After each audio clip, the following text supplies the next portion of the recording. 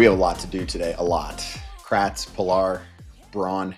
Hey, something that happened yesterday during the show, the Padres officially have new owners, and that happened. We've been talking about it for a while, Kratz, but it's now official. So they get to do whatever they want starting yesterday, approved by the rest of the frat.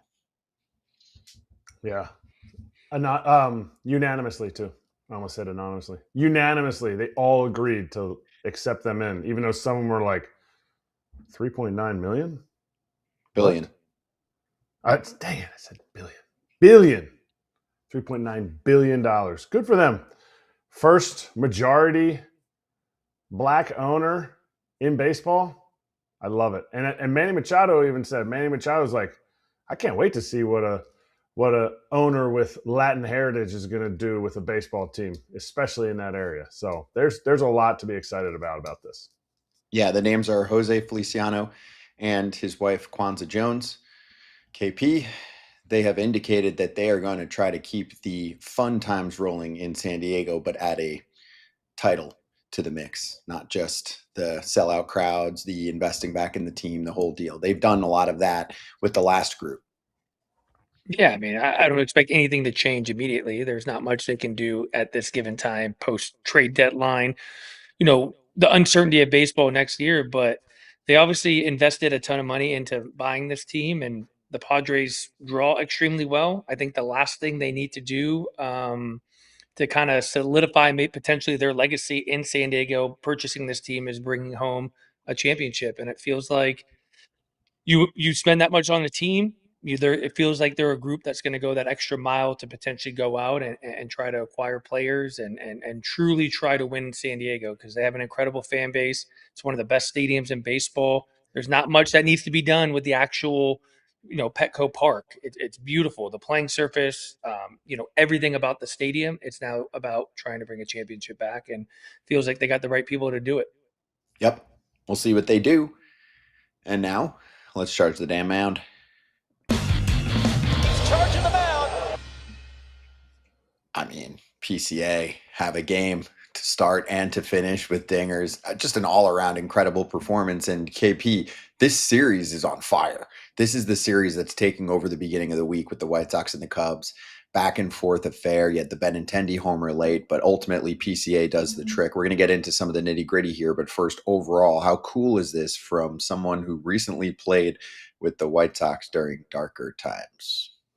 No, it's great, and obviously you got to give a ton of credit to Will Venable, what he's able to do with that group of guys to get them not only to win, but get them to believe that they're, a young group of guys that can go out and accomplish great things. And man, if you would have asked me this a year and a half ago when I was there in spring training with them, and then ultimately the start of the season, I would have thought you were crazy that they would be playing a crosstown rivalry game in first place in their division against a team that's kind of ran away with that first wild card spot, that's now put themselves in a position they're within striking distance of the Brewers, but to have a meaningful matchup in Chicago this late into the season, I would not have bet money on it from where that organization was at a year and a half ago when I was part of it.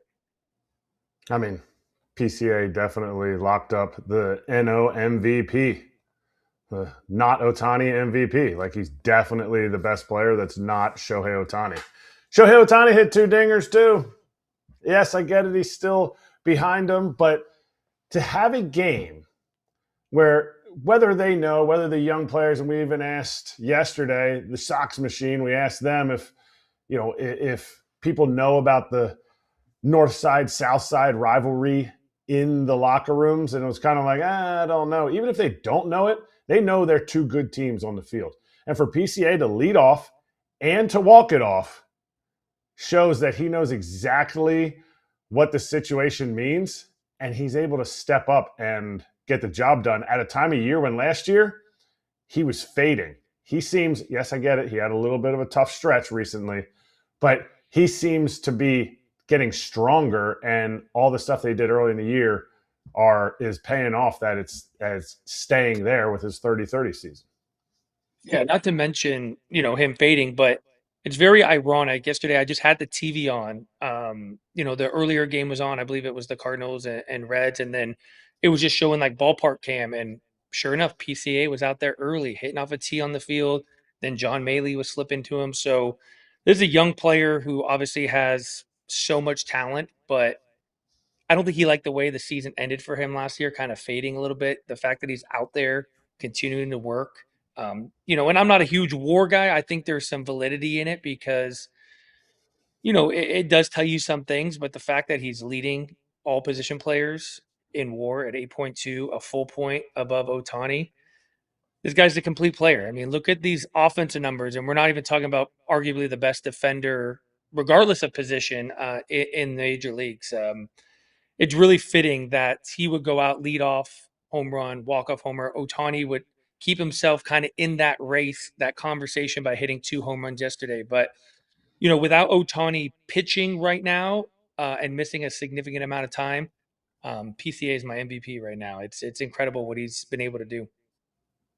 Yeah, coming up big in clutch moments. Let's go through that moment, okay? From a managerial perspective.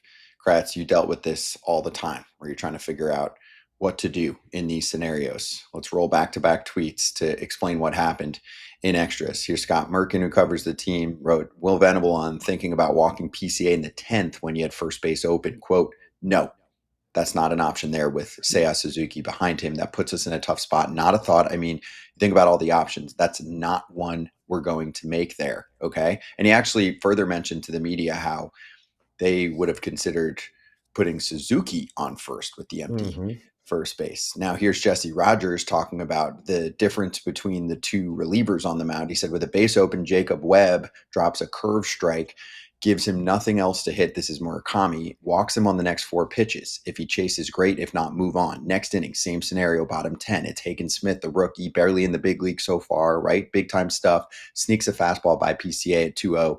That gets his attention. Also emboldens Smith, thinking he's back in the AB. Then he goes nearly middle with a slider. PCA, danger. So Rogers said should have walked him at 2-0, if not to start the AB. The two best hitters on each team treated differently. EK, your thoughts? Disagree. I couldn't disagree more, Jesse.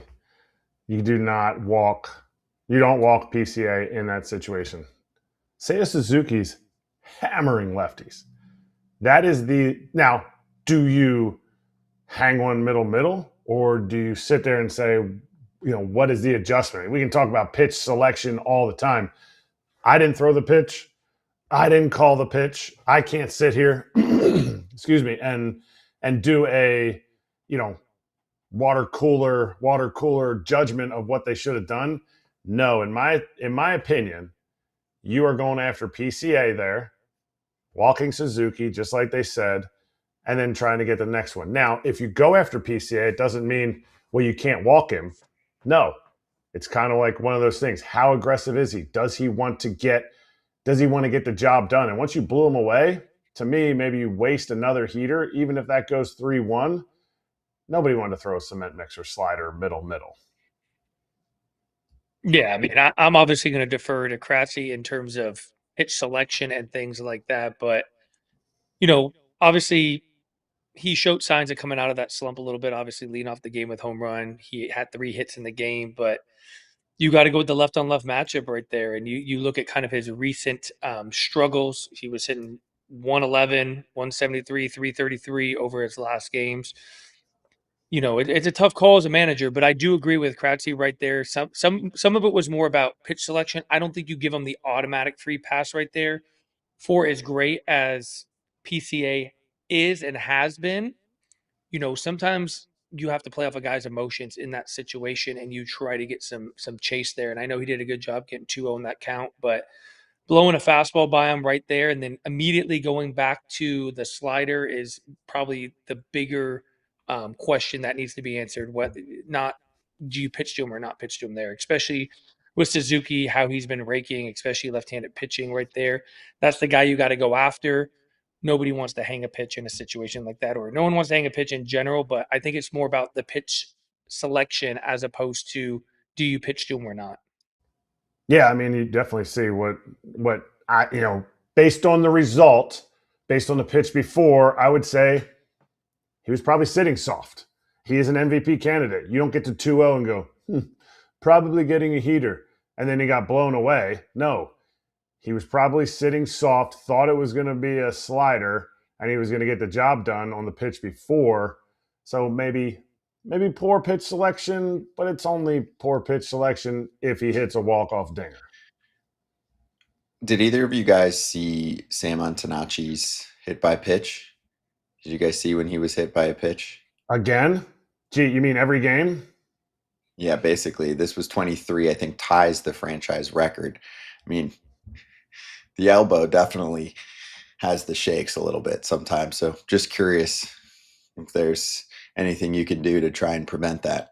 Besides, I mean, you're not going to stop pitching inside to a player, but if he's doing this and getting away with it, I mean, it'll probably become more of a topic during the playoffs. Well, I mean, I will say because of recency with kind of the Zach Wheeler conversation, maybe the new thing is you're going to put him on a list. You're going to notify umpires when you go into a series like, hey, he has a history of doing this. I think that's the only thing you can really do at this point. Getting hit by a pitch is a skill. First of all, you got to be borderline insane to be a guy who wants to get hit by pitches that often because regardless of what people say, yes, it does hurt. And yes, we wear a lot of body armor now, but you can't be afraid to throw this guy inside. You know, it's kind of the risk reward you're dealing with. But when a guy is kind of blatantly kind of getting out there and intentionally trying to get hit, it is in the rule book that you're supposed to make an attempt to get out of the way. So I guess that's the only thing you could do now is you put him on that Zach Wheeler list. Is it in the rule book that you have to make an attempt to get out of the way? Or is that just like a high school umpire telling you that's what the rule is? Fair point. I don't really know. I guess I could look it up. Maybe that's just I think that's the rule. You have to make an attempt to get out of the way of a pitch? So, well, tell me, Kratz. So, how was the line? Can you just go like this over the plate and aim for the ball? You certainly can't go over the plate. You can't go over the plate. But he does go over the plate. No, he doesn't. If he goes over the plate, check it. Are we going to see a Sam Antonacci hit by pitch that they go like this? Because I watch it in college umpires. There was a kid on my son's team. He broke the record for his college for hit by pitches with like 15 games to go in the season. And he actually got called strike 3 for leaning over the plate and getting hit. Sam Antonacci's not doing that. He's not leaning over the plate. Is he towing the line? Yes. But to actually lean over the plate and get hit? No, that's not allowed. This isn't cricket. But there's no rule that says, the only rule is you have to be in the box. And there's no rule that says, to my knowledge, that you actually have to get out of the way of it, that you have to make an attempt to get out of the way, which does not preclude you can't get in the way of the ball. Okay, well, we'll let the real experts handle this in the comments section when they look after we post this video. 2 more quick things. One, for the Cubs, they did lose a couple players. Edward Cabrera came back, didn't look good the other day. Blister back to the shelf. Sounds like when he returns, he'll be a reliever. We mentioned that. They think that the longer he's pitching, that's when the problem is becoming a thing. Dansby Swanson, grade 2 oblique. So usually it's 4 to 6 weeks. They're thinking it's going to be closer to 4. That still puts us pretty well into September, but in mid-September, right? It's not the end of the season. He still should have himself at least a week, if not more, to get himself comfortable again. He's a veteran. I'm not too concerned, but you guys know the obliques better than I do. I'm very concerned about an oblique because there's no kind of linear path to how long that takes. And a grade 2, obviously a grade above a grade 1. So a little bit longer healing time. Yeah, you just never know how certain people react to it. It has a lot to do with your swing mechanics and you know, the amount of torque that you put on it. But you know, regardless if he's hitting or not, and he has been hitting better of recent, and he has a knack for coming up with big hits. Like what he does defensively, kind of being that leader of the defense, is just so invaluable to this team. It's really tough shoes to fill. And you talk about, yes, he hits 9th in their lineup, and you look at the offensive numbers, and they don't jump off the page, but the stability that Dansby brings to that team, the comfort that he brings to his pitching staff, knowing anything hit pretty much on the ground with all the defensive infielders of the Cubs. It's definitely a big blow for them.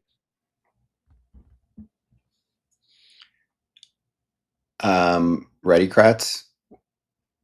Technically against the rules to lean into a pitch or intentionally let yourself get hit in baseball, according to Rule 505B2. A batter is only awarded first base after being hit by a pitch if they make an attempt to avoid the baseball or if they had absolutely no chance to get out of the way. Yeah, we got the same rule. I was looking it up Right, too. As I opposed was to honestly just, curious. dude, last night, I'm just saying, and obviously, you know, some of them he really gets hit, and I'm not going after him. I'm just saying, like last night, like very clearly, you look and it's boop.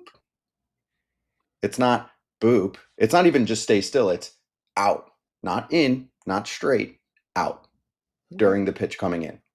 Okay. That's intentional. It's a skill though. It's definitely a skill. Like he has the first of all, you have to have the willingness to want to do it, and then there's a skill to it. And there's a very gray area between what you're talking about of like boop, but then also like a slight turn would potentially, you know, according to the rules, you're making an attempt, right? So definitely an interesting thing. Yeah. And a balk is whenever you deceive the runner. I'm just saying, if we're reading the rule book, I'm just saying. Okay. Well, then screw all the rules. No more rules. No, there's very black and white rules. It might come up in the playoffs if he gets hit by It pitches. definitely will. He's Brandon Guyer. He is Brandon Guyer. 2026. He is Brandon Guyer. Exactly. Great. How'd that work out? Pretty good for the Indians. Good for his OBP. He made it in the bigs for a while. Okay. Last thing too, there were some gnarly fights. So those occurred. The one dude, Tony Tank Top, a lot of punches thrown. Didn't seem like a lot of damage, but all good. Weird that they let him do that for a while. And PCA actually mentioned how he was like there was some battles going on in the outfield bleachers, but also said like we don't condone that. And for PCA merch, we got the animated line running. So if you want to get that, get the MVP, the NL MVP frontrunner on a tee. FoulTerritoryShop.com. MVP on FoulTerritoryShop.com. MVP PCA. That might be MVPCA. Yeah. Oh. Okay. Well, somebody watching right now will send a note to designer extraordinaire Sarah to get it going. And also you can catch the Cubs this weekend against the Mariners. You can watch that on the Fox One app. They've also got Pirates, Dodgers, Nationals, Marlins, Giants, Red Sox, all streaming on Fox One. That's the Fox Saturday games that are running for you at home, on the go, live, on demand. Never miss a moment. Stream now. Start your Fox One 3-day free trial today at fox1.com. Next up, we're going to talk about the Orioles when we swing back.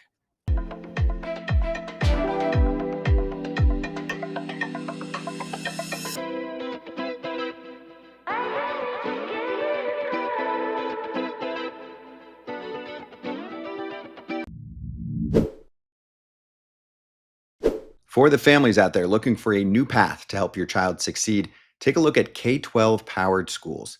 K-12 offers tuition-free accredited online public education for students in kindergarten through 12th grade. It's all in a setting that works for your family. And K-12 has been around. They've been a leader in online education for over 25 years, serving over 3 million families with flexible education options tailored to each child's needs, interests, and goals for the future. K-12's dedicated teachers are trained in virtual instruction and they provide real-time support. Hey, we've heard Todd Father on here talk about how his kids have gone through homeschooling and it's really helped them for a family that is very much on the move during his playing career. So you can see how K-12 Powered Schools can help unlock your child's full potential. Enroll online today at k12.com/foul. That's the letter K, the number 12.com/FOUL. K12.com/foul. 2 minutes in the break here. Spencer Nussbaum does a great job covering the Nationals. He also does our District Territory show. And the article is about his representation and mentioning how he's a little bit uneasy moving to second base from shortstop. His agent, Mike Sanders of Rock Nation, said he was not thrilled about the decision, but his priority is to win games, be a team first player, blah, blah, blah. But he's always viewed himself as a shortstop, short and long term. He would love to have the off season under this front office to be able to work on that and believes he can be a very good shortstop. So said feedback the staff has been given. I don't think we have a full evaluation yet of how good he can truly be there. So thoughts? Like, Kratz, you're smiling a little bit. Does this mean pushback? I don't know if the organization is going to listen here much. What's going to happen here? Doesn't matter what the organization. I mean, he's going to think what he thinks, and the organization is going to do what they want to do. The difference is $25 million for the highest paid second baseman on a 5-year deal, Jose Altuve, and $34.1 million for Francisco Lindor on a 10-year deal worth $341 million. That's the pushback that is fair to say for CJ Abrams. Yeah, and I immediately went to a guy like Marcus Semien who, kind of finished pre-free agency as a shortstop and then signed as a second baseman, and then you just obviously you talked about the dollar amounts right there. So obviously, an agent's not going to be too happy with changing positions because it means dollar and cents, especially the type of year CJ Abrams is having offensively and base running wise. There's obviously questions about his ability to stay at shortstop long term, but I understand where they're coming from.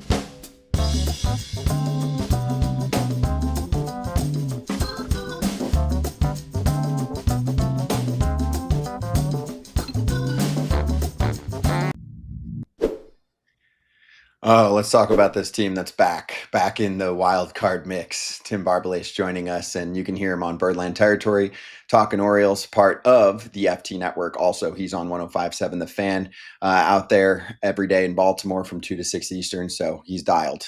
All right, Tim, tell us what's going on here. How have things turned around so quickly for Baltimore to be back in this? Is this more to do with the AL being kind of meh, or the Orioles playing well again? Well, I think you got to give this team a lot of credit in terms of the offense picking it up, guys. Their last 8 games, they've scored 51 runs. Their prior 7 games to that, they scored 11 runs. And this offense was built to be the superpower of the team. And it's been above average, but it hasn't come close to meeting expectations. Where you look at this recent run, Pete Alonso is just saying, get on my back, I'll carry you. He's just on a ridiculous run right now. Gunnar Henderson this month of August has been so much better than what we had been seeing up until this point. He's not expanding the zone. He's not chasing nearly as much. Tyler O'Neill is hitting. Kobe Mayo is the best hitting right-handed bat against left-handed pitching all year. Jackson Holliday is really coming into his own. Colton Cowser in this recent stretch is in nice form. You're seeing this offense start to gain some momentum. Now, are they able to sustain it? We shall see. That's been the Orioles' biggest issue all year long. You think that they're going to turn the corner and then they lay an egg. It's 1 step forward, 1 step back, 2 steps forward, 2 steps back. But make no mistake about it, heading into that series against the Rays, that was the best team in baseball. They had the best home record, 41-18, and the Orioles took the first 3 games against them, won 6 straight against the Rays prior to losing last night. Yeah, the timing's a little bit suspicious. You trade Adley Rutschman, and then they start to go off. Is this kind of the collective group of young guys that we've been talking about, this young core of the Orioles, understanding that this is their time, or the band might be broken up even more? There's something to that. I also think you need to give Pete Alonso a ton of credit, because I remember the game initially following the deadline on August 4th.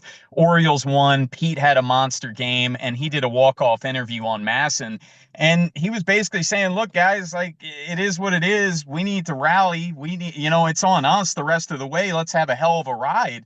And so far, they've been able to do that. But I think Jackson Holliday, you think of him suffering that hamate bone injury, undergoing surgery. He had 3 different rehab assignments, and it took him a while to get going. But over his last 32 games, he's hitting over 300. It's go time for him. It's go time for Gunnar Henderson, Colton Cowser, Kobe Mayo, all of these guys, absolutely. But the player that has been spearheading all of this has been Pete Alonso. He's just been on a fantastic tear, especially of late.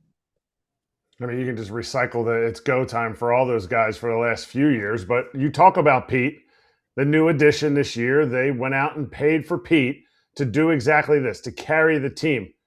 Did you think you'd ever see him carry the team from the leadoff spot? I don't think Pete Alonso saw that coming. Pete even said prior to the game on Friday, I believe it was, he had never let off in his life. Going back to Little League, he had never let off. And now he's saying, hey, man, I'm the right-handed Kyle Schwarber, right? Look, I think it got to a point, especially this past weekend, guys, where the Orioles, they were struggling going into that series against the Rays. They had dropped 5 of their last 7 series. And I think they were just throwing you know what against the wall and hoping it stuck, because we saw so many guys lead off during that series. You saw Pete, you saw Jackson Holiday. We saw Tyler O'Neill last night. Like, they're just trying to throw stuff against the wall and hope that it sticks. But is this a indication that maybe there's a little bit more of a front office push into this lineup? Because I agree with the front office that says put Kyle Schwarber in the leadoff. Like, we don't need a speed guy in the leadoff. You lead off one time a game. So is this a case where maybe the front office has been pushing for this? Or is it just like you said, like, you know what, nothing else has worked, so let's try something new? I think it's probably a combination of the two. Look, this front office has a lot of influence over how the Orioles operate on a day-to-day basis. There's no secret around that. But I think we are going to start to see down the stretch, guys. Jackson Holiday let off a ton for this club last year. I remember when interim manager Tony Mansolino said at one point, hey, here's your leadoff guy for the next 5 years. If it was me, I'm rolling with Jackson in the leadoff spot right now. He's just in rare form. He's hitting left-handed pitching even better than right-handed pitching. The whole platoon at second base is well beyond this club at this point. I would lean into Jackson Holiday down this stretch. Is help on the way? Felix Bautista coming back? Can't believe it. Like, when he suffered that shoulder injury last year, I just thought he was done. Like, it just coming off Tommy John and then to go through that. I will say Mike Elias has been steadfast in saying that there is a very, very real possibility that he's going to be back at some point this season in September. But I think my question is, what does this look like? There are certainly reinforcements on the way. Samuel Basallo, he just had his first rehab outing on Sunday. I would expect Samuel Basallo to be back in this lineup at some point during this homestand. Ryan Helsley, we shall see. I mean, it's kind of been starts and stops with him in terms of the elbow flaring up, where, again, what does that look like? Because the last time we saw him, it did not look good for Ryan Helsley. But I think the player that has Orioles fans maybe even most excited about, guys, is Blaze Alexander. I would expect him to be back with this club at the end of the month, beginning of September. And keep in mind, when Blaze went down that final game prior to the All-Star break, he was leading the majors in batting average. You know, from May 1st to mid-July, he was leading the majors in batting average. And he was also giving them some slug, his positional versatility, being able to play literally all over the field, infield, outfield. I think the addition of Blaze will be big for this team down the stretch. Okay, so what we're looking at is the Orioles are currently in a playoff spot. They're currently going to the playoffs. What can this team actually do in the playoffs with a below-average defense, which I think a few guys that shouldn't be playing in positions that they're playing in, but they are, with or without a guy like the Mountain coming out of the bullpen or Helsley? What can they do if they actually get to the postseason? It's hard to say. I mean, it's hard to say with any confidence that this team is going to go on a run, just because if there's been anything consistent about this club, it's inconsistency. You know, you just took 3 of 4 against the Rays. Would it surprise me if Shane Baz gets shelled tonight and the Orioles get blown out? No. You know, it's not that long ago. They won a series in LA against the Dodgers and then lost the next series against the Angels, who were terrible. It's just hard to get a feel for this club.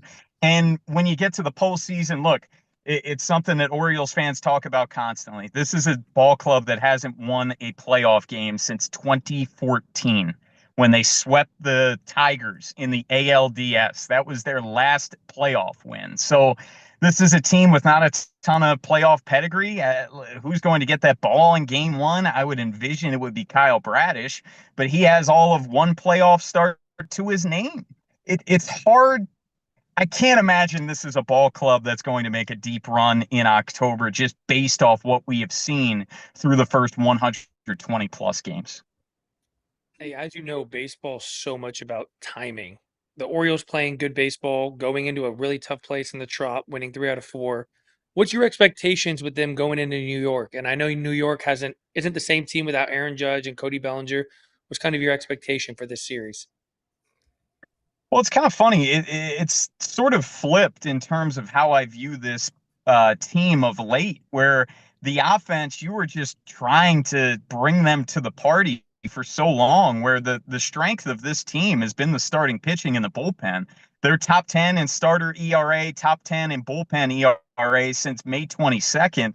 But this offense has just struggled. But as of late, guys, you're starting to see the pitching falter some.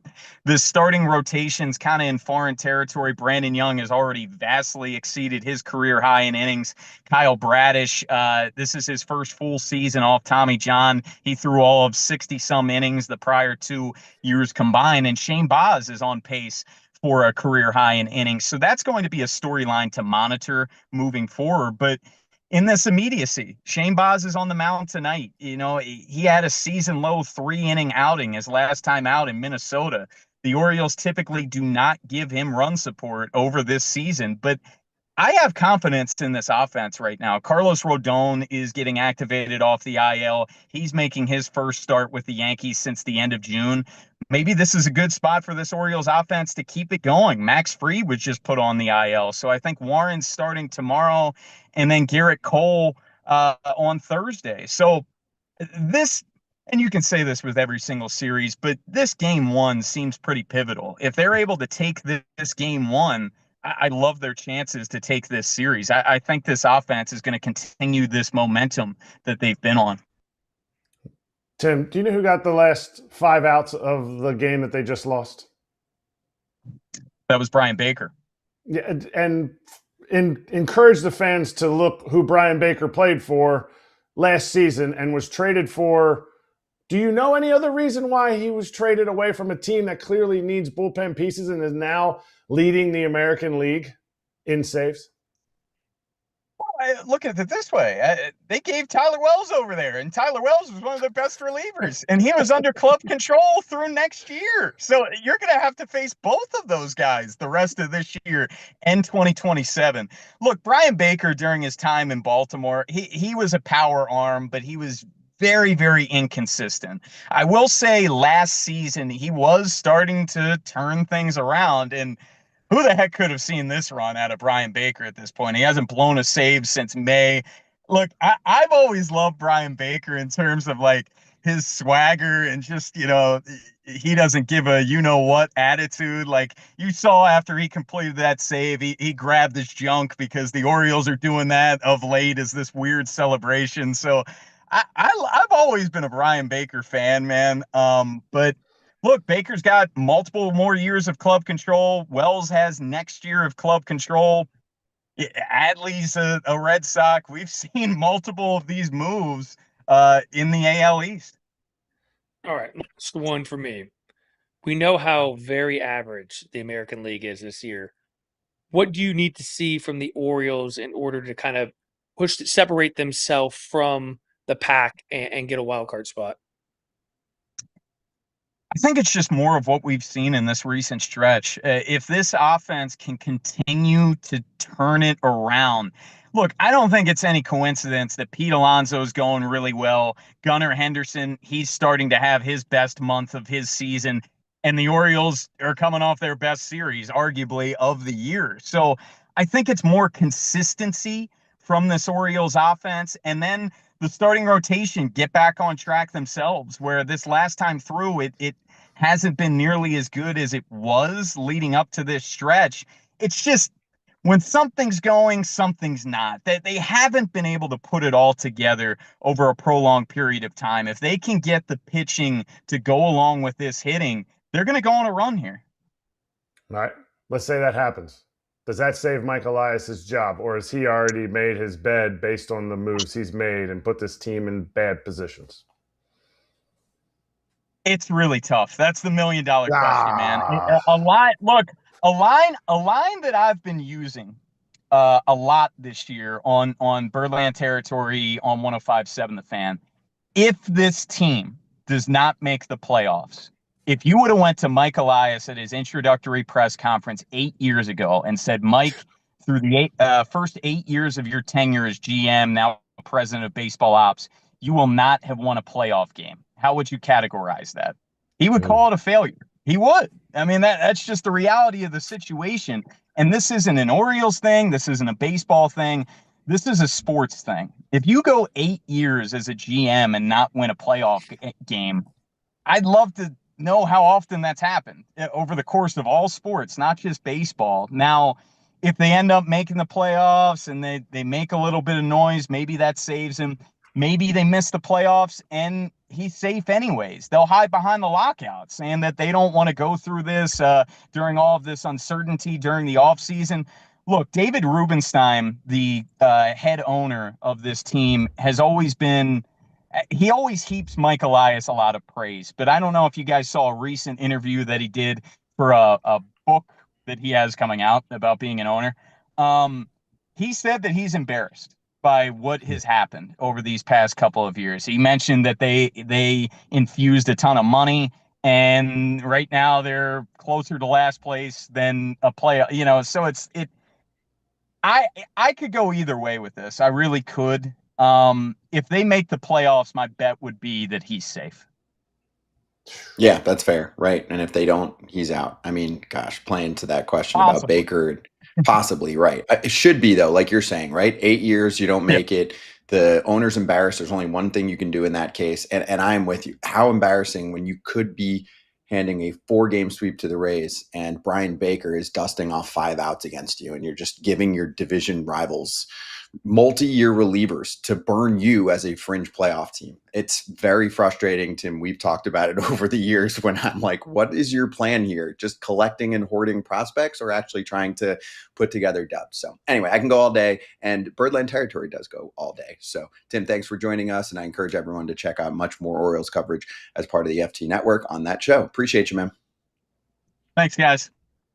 And there it is. Brad Brock, Steve Maluski, and Tim Barbalace hosting that show. Chris Davis was on a recent episode. Go get it.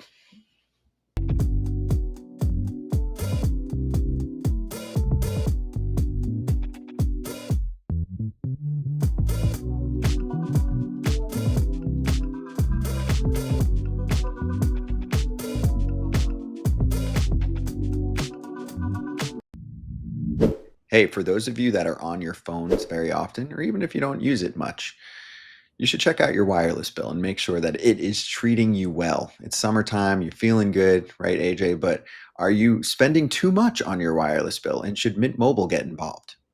As someone that has 2 college-age kids, Scott, they are always on their phone, whether it's they're checking their Snap, they're checking their DMs, they're checking their Twitter. I need $15 a month because I need unlimited quality coverage that Mint Mobile provides. To get that new wireless plan for just $15 a month, go to mintmobile.com/territory. That's mintmobile.com/territory. Cut your wireless bill to $15 a month at mintmobile.com/territory. That's it. No catch. Upfront payment of $45 for 3 months, $90 for 6 months, or $180 for 12-month plan required. $15 per month equivalent. Taxes and fees extra. Initial plan term only. Greater than 50 gigabytes may slow when network is busy. Includes up to 20 gigabyte hotspot. Capable device required. Availability, speed, and coverage varies. See mintmobile.com. KP, I was sitting in the 425 section, perfectly looking down the first baseline. And I saw that ball was fair last night at the Phillies Marlins game. The beauty of it, I get to see the super high level view of it. And he would have been on third because Harper was playing Sanoja over in right center. And I think it was Otto Lopez, I'm not 100% sure, would have scored. Did you see what the umpires deemed to be correct or incorrect?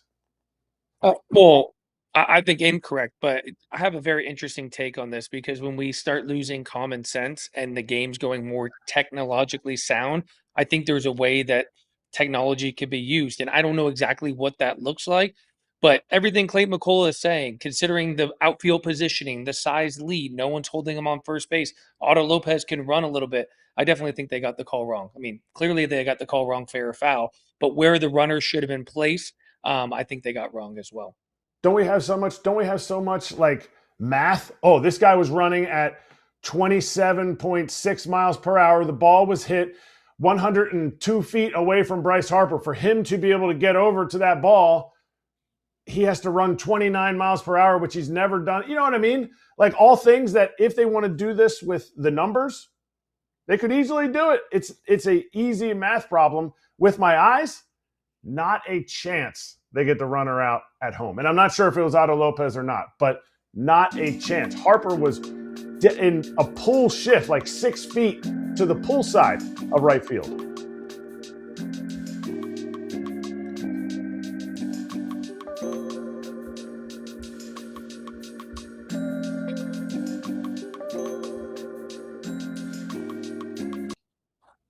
Hey, we're back and we're talking about Ketel Marte. What the heck happened? We're about to get a lot of insight from Nick Piecoro, but we want to hear from Torey Lovullo first. So if you were snoozing late last night, Ketel Marte ends up not showing to the park and they put him on the restricted list. Now we're hearing that he might be getting an MRI on his knee. We'll clear all that up after we play this sound from his manager. All I know is that he's dealing with a personal issue. We're trying to figure that out, and he didn't show up today, and he was put on the restricted list. That's as much as I know right now. I'm sure in time we'll start to uncover and unravel some information, but I knew that there was something going on today when I met with you guys, but I still believe he was going to be here, and he just didn't show up. D-backs beat writer for the Arizona Republic, Nick Piecoro, joining us right now. Nick, this is a weird one, but you've covered Ketel Marte not being there before. Tell us what's going on in this particular situation as it develops, really heading right into our show. Yeah, I don't have clear answers for you. I'm afraid. He didn't show up last night. They were telling us that he told them it was a personal issue. And then today we find out he's going to get tests on his knee. Both can be true, right? I mean, he could have been dealing with knee problems. I mean, he missed a game in Atlanta over the weekend because of this left knee soreness he had. And he could also have something going on personally. I guess there's a chance they're connected as well. I don't know. What we know from before the game, Torey Lovullo was dealing with a lot of balls in the air. Nolan Arenado had an intercostal thing he was sorting through. We were trying to figure out if he was going to be available. Ketel had been expected to be the designated hitter, and Torey mentioned that he was going to reach out to Ketel and see about playing second base. They hadn't had those conversations yet at the time that he was speaking with us. I guess for obvious reasons. Now we know he wasn't at the ballpark yet. So I don't know. Did Ketel push back on Torey saying we need you to play second base instead of DH today? And I really have no idea.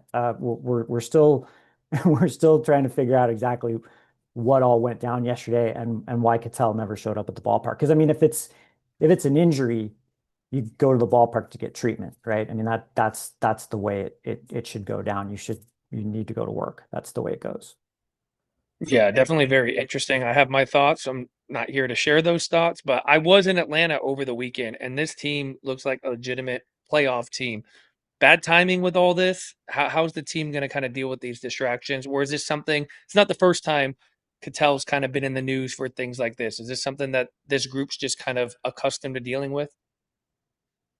Yeah, that's a thing we're all going to be watching closely, I think. Yeah, look, a couple years ago, he didn't play in a game down the stretch. They wound up missing the playoffs. They kind of collapsed in the final week of the season, lost out in a tiebreaker. Last night, it was a really messy game. You kind of have to assume that some of that was a distraction from everything that happened before the game. But yeah, I mean, this is a team that kind of felt like it was starting to get rolling and was just in such good position. Maybe they still are. Maybe that was just one game and the starting pitcher and, Mitch Bratt and Zach Littell did not pitch well. And that's really all it was. we'll see as these coming weeks unfold if this is something that's going to, linger with them. Nick, earlier in the year, Torey Lovullo came to Ketel Marte's defense almost, that he's a good teammate. You probably can remember exactly what he said, but was there kind of a mounting, like, constant questions about, what happened to the All-Star break last year, earlier in the season? Was it mounting and then it quieted down, and now obviously this situation blows it back up? Yeah, so he certainly, everything that happened last year happened. I think they had mostly moved on from that. He missed a game against the Dodgers. I think he felt like he needed a day off. Ohtani was on the mound, and he took the day off then. And there was a report that people in the organization were still, were again bothered by the fact that he took this day off. I didn't get that sense this year compared to last year. I got the sense this year that Torey was kind of speaking on behalf of most people in the organization, that Ketel had been doing a pretty good job of posting this year. And, the way they were reacting, or the way that tweet kind of depicted it, or report depicted it, really wasn't accurate. But look, I mean, here we are now. It's a third straight year where, he has kind of found himself in the spotlight for, not playing. And look, we got to see what's going on with him from the personal side. If there's a legitimate personal issue, we all need to, like, back up a bit and keep that in mind. But I think probably the reason that it's turning into a thing now is just that you kind of don't get the benefit of the doubt when it's just happened time and time again. Yeah, what is he like? You're around the team. What's he like day to day to cover? He mostly keeps to himself, I would say. I mean, there's a group of guys that he's interacting with on a regular basis. But I don't, as far as, is he a clubhouse problem, or I don't think that's the case. I don't think he's especially close with all that many guys in the room. I think he's another guy that another guy you're on the team with. It's a guy that has a cubicle in your office, just a guy you work with. That's kind of the way I've kind of seen it. So what do we glean from all of these situations? And I appreciate that you're not trying to jump ahead and, write a salacious story about something you don't know anything about. Do we glean the fact that they were maybe looking to trade him before he hit his no trade clause, and now all of a sudden it is solidified? He has 10-5 rights and has a full no trade clause. Yeah, I mean, it's kind of a question of where do they go from here with him. I don't know that they have too many choices, right? I mean, I think he's locked up for another 5 years. It's and look, let's also realize, as frustrating as some of this stuff is, when Ketel plays, he's usually a very good player. Like, this is a guy that has helped them win baseball games a lot over the 9-10 years he's been in this organization. So, like, having him on your team isn't the worst outcome, but I don't know that they have much choice right now, right? I mean, they did look into moving him.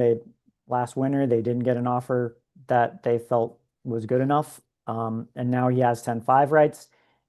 And I mean, like, who's gonna take him on right now with what he's owed? And it's not a crazy amount, but, like, it's tens of, I don't know what it is, $80 million or something going forward, maybe more than that. Like, you're going to have to pay that down quite a bit for a team to want to take on the risk, probably, that they see with him for a guy that has this kind of track record. So I feel like they're just going to have to make do and make the best of it with him. It seems like the Cubs have kind of, sorry, Kratz, it seems like the Cubs have kind of separated themselves from the pact in the wild card. Then you look at the Diamondbacks, the Padres, the Phillies. They've been recently playing better baseball. What kind of gives you optimism about this team that they could be a wild card team? Yeah, I mean, they just got Michael Soroka back. Brandon Pfaadt is really rolling. Eduardo Rodriguez is having a great season. Corbin Burns is on the rehab trail too, and they're hoping to get him back in a few weeks.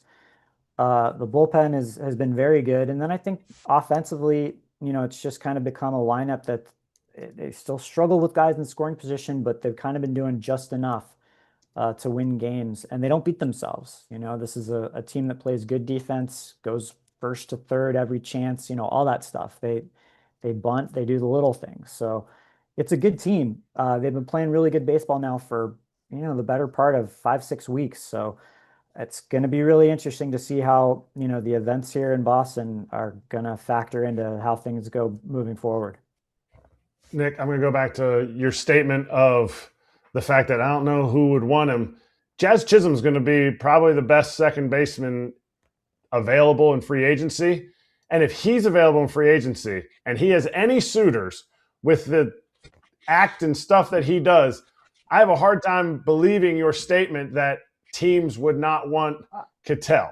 Okay, yeah. I mean, I'm just saying I don't think anybody's going to be looking to give up the kind of package that the Diamondbacks are going to want to get back if they're going to be trading him. They would ask for a I lot. agree with you.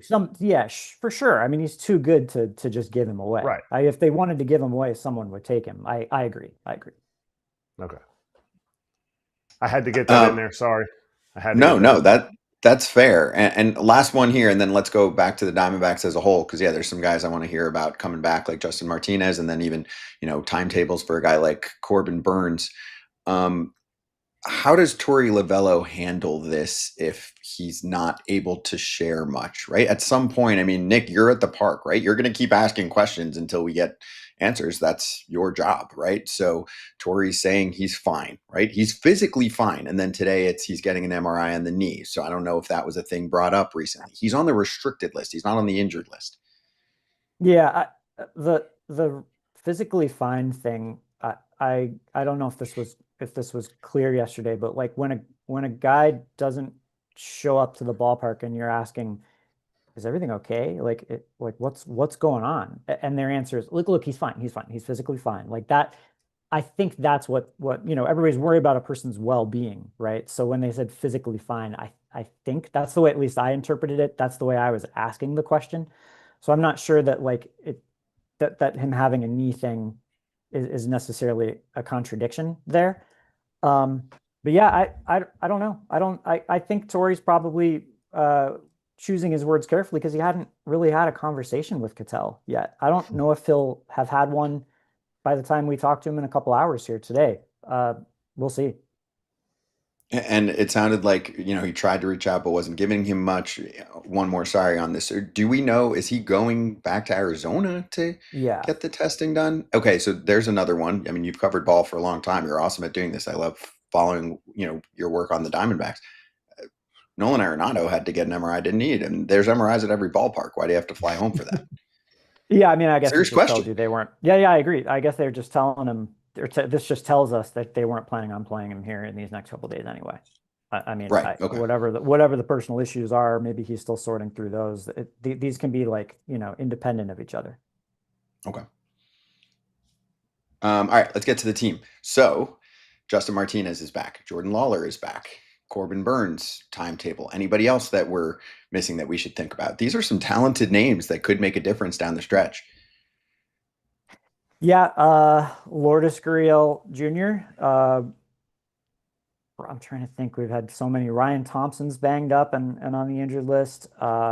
Dre Jameson, Tommy Troy. Yeah, they've got some guys that haven't been entirely shut down. And Ryan Nelson is another one that's trying to get back. Although there's questions as to whether he's going to be built up enough, even if he does make it back to where he could start. But maybe it's a guy that pitches in the bullpen, gives them some bulk innings. Yeah, I mean, they didn't do much at the trade deadline.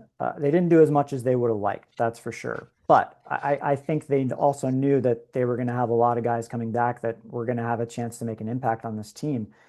And yeah, some of them are here right now, and some of them aren't too far away. Is there a case where these guys haven't been around? And just like you said, this team has gotten more. They've won more games. They've started to play better. Is there a case where one of those guys that you're talking about maybe doesn't quite fit into what's happening here? Yeah. I mean, I omitted Zach Allen. I would think that's a guy that could fit into that exact description. Gurriel as well. I don't know. They still have Max Kepler and Lars Nootbaar on this roster. Waldschmidt's been playing great. Lawler has been very good when healthy. I think there's ways to fit guys in, especially when you get the extra spot in September. You start kind of playing the numbers game, especially on the pitching side, and you kind of wonder how these pieces are all going to fit. That's for sure. One more for me on the team. What changed with Eduardo Rodriguez this year? I know he's had success in the past, but some blame has been placed on slow starts and even bad seasons for players regarding the WBC. I feel like that was a jumping off point for him. The opposite. Yeah, it was the opposite. It sort of sounded like maybe his time throwing to Salvador Perez might have made a big difference. He's kind of changed his pitch mix a little bit. I know he's using his changeup a lot more. Maybe he just, I don't know, needed to kind of have someone, a different voice, kind of talk him through different ways to attack guys. We saw it in that start against Team USA in March, and it just felt like it's kind of rolled right through into the season. And like you said, I mean, this is a guy that's been a successful big league pitcher. Other than the last couple of years, it's always seemed to me, at least, like when he's healthy, he's been good, right? And these last couple of years, just that hasn't been the case. And he's, even when he's had a couple bad outings here and there recently, he bounces back with a really good one the next time. He's having a heck of a year. It truly came out of nowhere. I mean, I was asking questions probably around this time last year about, is this guy gonna last on his contract? Is this a guy they're gonna have to just cut loose because it's just gone so poorly? And now you're looking at it and you're real glad you have him locked in for another year next year. Is their team MVP somebody that has no idea that other than Diamondbacks fans is having a really good season in Gabriel Moreno?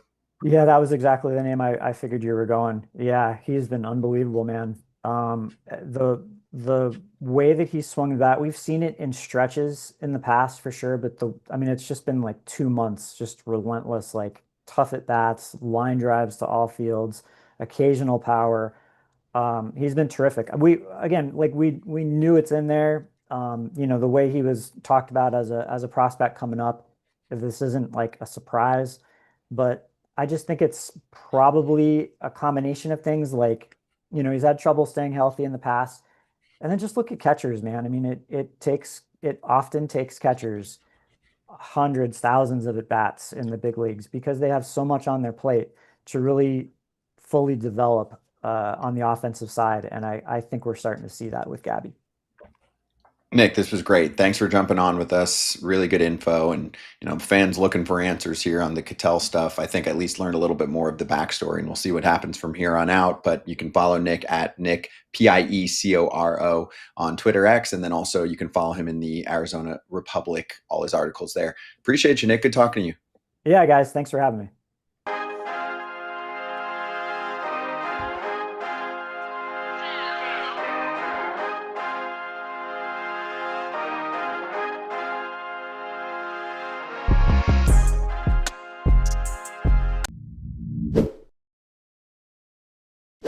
We have poppin' colors for Mack Weldon here. I've got a little green shade. You've got a nice blue shade. And what else do you love about Mack Weldon, Kratz?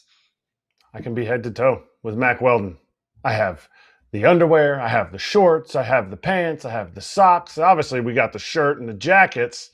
But it's head to toe comfort, no matter what piece they send. I even have a belt that looks sick. And make sure you check out Mack Weldon's AirKnit X fabric to help you out. Their lightest fabric fused with nylon mesh for maximum airflow. Skip the midday wardrobe changes. The barely there feel also keeps you feeling more dry and more fresh. You can browse that collection at MackWeldon.com. Don't sweat the heat this summer. Feel as effortlessly cool as you look with Mack Weldon. Go to MackWeldon.com and get 20% off your first order of $125 or more with promo code FOUL. That's MACKWELDON.com, code FOUL. Just browsing around some other happenings from yesterday. Elly De La Cruz, his first career walk-off. I was actually surprised he hadn't had a walk-off before. That was after Dane Myers hit a tying pitch hit home run. That's in Reds, Cardinals. We'll start to pay a little less attention to some of the teams that are not really in this. Cardinals aren't out. But for the Reds, they fell off. As for the AL wildcard, guys, here's where we're at. 3 teams tied for the third spot, 61 and 64. Yes, we're this deep into the season. And there are 3 teams, 3 games under, that are tied for that spot. Plus KP, 7 teams are within 2 games of each other in that little race.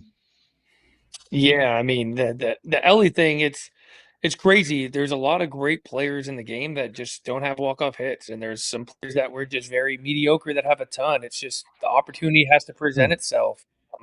And to be honest, it doesn't present itself as often as you think. But congrats to him. And in terms of the AL East, or not the AL East, the American League wildcard spot, I really truly believe this is going to come down to the final day of the season. There's going to be multiple scenarios. I could even see a scenario, and I don't know how all the tiebreakers work outside of your division stuff, but I could even see a scenario where there's a 1-game playoff, a 163, because none of these teams in this kind of cluster in the middle have really shown the ability to separate themselves. We just talked about Baltimore, what they've been able to do offensively. They've been turning it around. Toronto's been pitching great. They've been getting timely hitting. Detroit kind of went on their run. Is it sustainable? Texas just can't really get out of its own way, and you just never could really count out the Guardians. And then sure enough, Seattle Mariners. If you would ask me a week ago, I thought they had no shot, but here they come. I scored on one of KP's walk-off hits. True.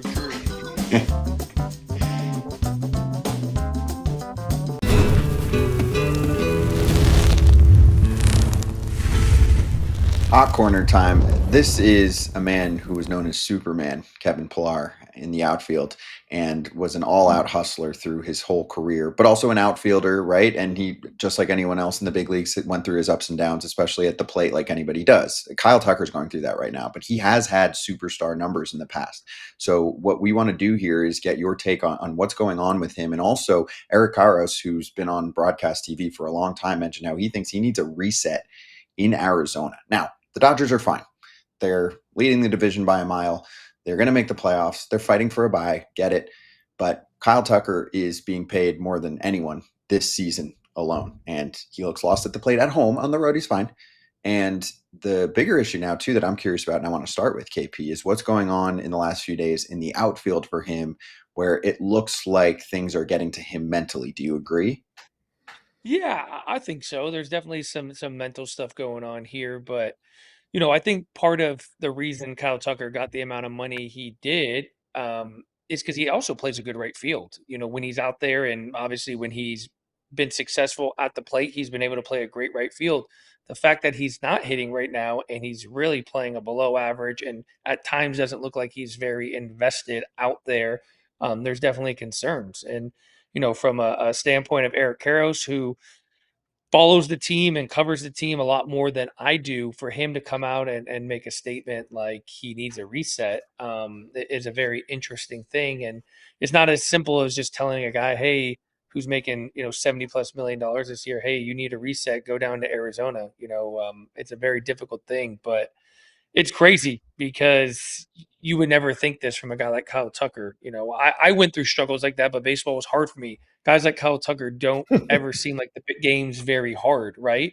For them to struggle like that is pretty crazy, considering the fact the lineup that he's playing in. He's not necessarily the focal point of that lineup anymore, like he was in Houston. You think he would kind of be able to, you know, honestly put up better numbers because there's so many other guys in that lineup you have to focus on. And I don't know if this is a case of, kind of a kid who's, from a little bit smaller town, kind of grew up in the Houston, organization, not necessarily a huge market team. We saw a little bit of his struggles last year in a big market like Chicago. Now him playing in the bright lights in the big city of Los Angeles, he's not performing at home. So there's a lot of questions to why. And I've also seen people kind of comment, and this is me without knowing Kyle Tucker, so this is just speculation of what I've heard. He doesn't necessarily come off as a guy who loves the game. He seems like a guy who might be a little bit content the fact that he's making a ton of money. He put in his time, his 6 years to get to free agency, cashed in, and now it looks like he's checked out. Once again, I don't know Kyle Tucker. Kratz, I don't know if you know him personally or know people that have been around him. These are just some of the things that I've been seeing on the internet in our comments right here. Is he comes off as a guy who doesn't care. And I'm sure he does care, but we've also seen, in recent history, when you go out and you pay a guy a ton of money who's openly said that baseball isn't a priority to him or doesn't necessarily care about the game of baseball, you kind of see the consequences. All right, there's a lot to unpack. We'll unpack the whole Eric Karros, his comments. But first, KP, I want to ask you as an outfielder, because we saw the kind of short-armed misplayed ball at the fence in Dodger Stadium. And then yesterday, the crumble to the ground looked like a pitcher trying to catch a fly ball. Do you go in slumps? And I thought you should have won at least one Gold Glove in your career, so you're one of the better outfielders, center fielders that I ever played with. Do you go in slumps? Can you get in slumps running balls down? Because we saw him one over his head that he wasn't able to get, and then the one last night coming in that just clankopotamus. I'm sure you can get into slumps, like at any position, you get into slumps. But I think for someone like myself who did a really good job separating offense from defense, I think that's the bigger concern. Is it doesn't look like he's been able to separate what he's doing offensively, feeling like he's lost and he can't buy a hit and he has no idea where his mechanics are.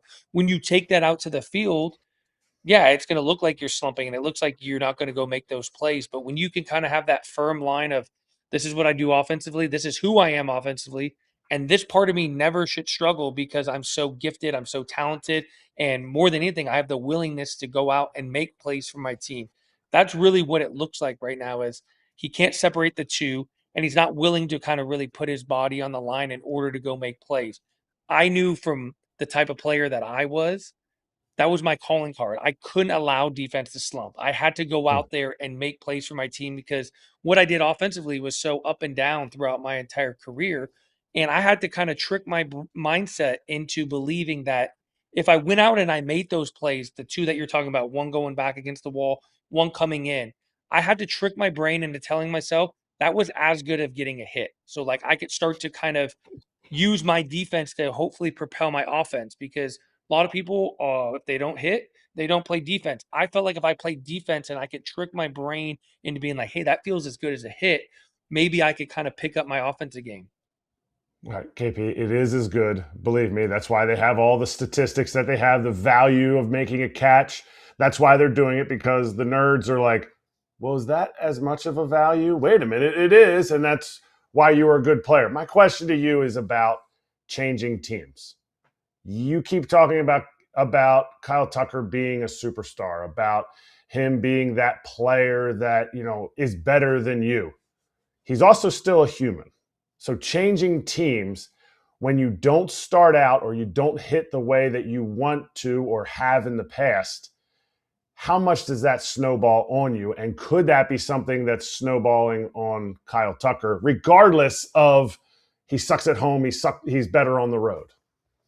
Yeah, there's definitely a compounding effect to everything. And it really starts when you go out and you sign the contract that he did. And he's making, I think, over $100 million this year, including the signing bonus.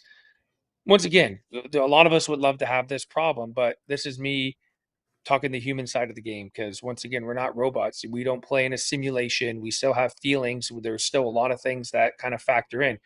He has a target on his back, whether he likes it or not necessarily from the Dodger fans, just in the game of baseball. Everyone potentially is wanting him to fail because no one can justify the fact that he's worth $100 million. So you come into a new team, you have that kind of target on your back. You don't get off to a good start. You start getting in your own head. Am I worth this money? Why did I do this? Why did I come here? Not to mention, he's going into an environment of a team who's won back-to-back World Series. And then talk about, I'm a $100 million player. They've won back-to-back World Series. I'm the worst player on this team right now. What the hell am I doing here? I was supposed to be kind of the cherry on top to put this team over the top to completely run away. There's no chance anyone's ever going to beat us. As long as I'm here, we're going to win 4, 5, 6 World Series in a row. So yeah, I think there is a human element to this where he's probably looking around in this room and being like, why the hell am I here? Like, they probably have better players or better performing players sitting on the bench right now, but it's hard to not play a guy, even if you're the Dodgers and money doesn't seem like an option. But when you're paying someone that amount of money, you got to put him on the field. He's got to play. And I think that's a lot of stuff that's going on to him right now from a human side, and I think especially when you look around that room and there's not a lot of other people struggling, it's hard to relate. Mookie's had his struggles a little bit, but he's also been in that clubhouse a long time when he's been really good. I think a lot of these players are seeing Kyle Tucker, not for the first time because he's been a guy in the league, but you're around him for the first time. You're getting to know him on a personal level for the first time, and he hasn't been good. And he's probably not the best version of himself, but he doesn't have that comfort. And Kratz, as you know, there's nothing really like that first team where you come up with a lot of the same guys in an organization, maybe through the minor leagues. You go through, the grind and the battles and the wars together. And a lot of these Dodger guys, yes, some of them have come from different organizations, but they've been together. That core group of guys has been together for a long time. They know how to push each other's buttons. They know how to comfort each other. Kyle Tucker's still kind of the outcast in that room. Yeah. I mean, not an outcast in the sense the team doesn't like him, just more of like, hey, we're still trying to figure you out. And he's still you're always trying to prove that you're good enough. And KP, you and I used to joke in 2014 when a bullpen guy would go 3 or 4 innings, we'd be like, well, either he's getting sent down or one of us is getting sent down. And Tolley would be like, no, it could be me. And we're like, yeah, right. You're R.A. Dickey's 5-inning catcher. So we joke about that because that's the reality of baseball. You get sent down. You get sent down when you don't play well. And you don't just, like, how many times, KP, were you not playing well and you go, I would like a mental reset here. And I'm not trying to downgrade or demean anybody that has mental things going on when you're playing, because it's a real thing. You're grinding mentally through what's going on. But for Eric Karros to say, well, maybe he needs to go down to Arizona, I think is a gross misunderstanding of how I think teams are allowed to use roster manipulation. And we know that the Dodgers will sit guys to give them rests. And, okay, would they really be sitting out during this time? No, we're getting ready for the postseason. It's something they're afforded. But now this is just a TV person saying, hey, you know what? Maybe he needs a reset. Do you agree that a team should just be allowed to send somebody to Arizona? Because if that's the case, I know somebody that gets sent down to AAA to be like, actually, I would just rather want to reset instead, and I'll be back in 10 days. Do you feel like it's a different scenario because he's making so much that was suggested? Or do you think it's because, well, you know what, the Dodgers can do this? They're not going to option Kyle Tucker to AAA. I get that. But does it seem fair? No, it's not fair. And I think all things could be true in this scenario. But I think what ultimately is he's saying is he just looks so lost that they don't have an answer. It's not like, hey, put him on the bench for 2 or 3 days or sit him for a whole series and allow him to reset mentally, physically, work on his mechanics. It's just, once again, Eric Karros does a lot of Dodger games. He lives in it. He's watching this team, a lot more than I'm watching them on a regular basis. And for him to come out and say a comment like that just speaks to how bad he's been this year, but also how he just looks lost and there's no answer. There's no quick fix to what he's doing.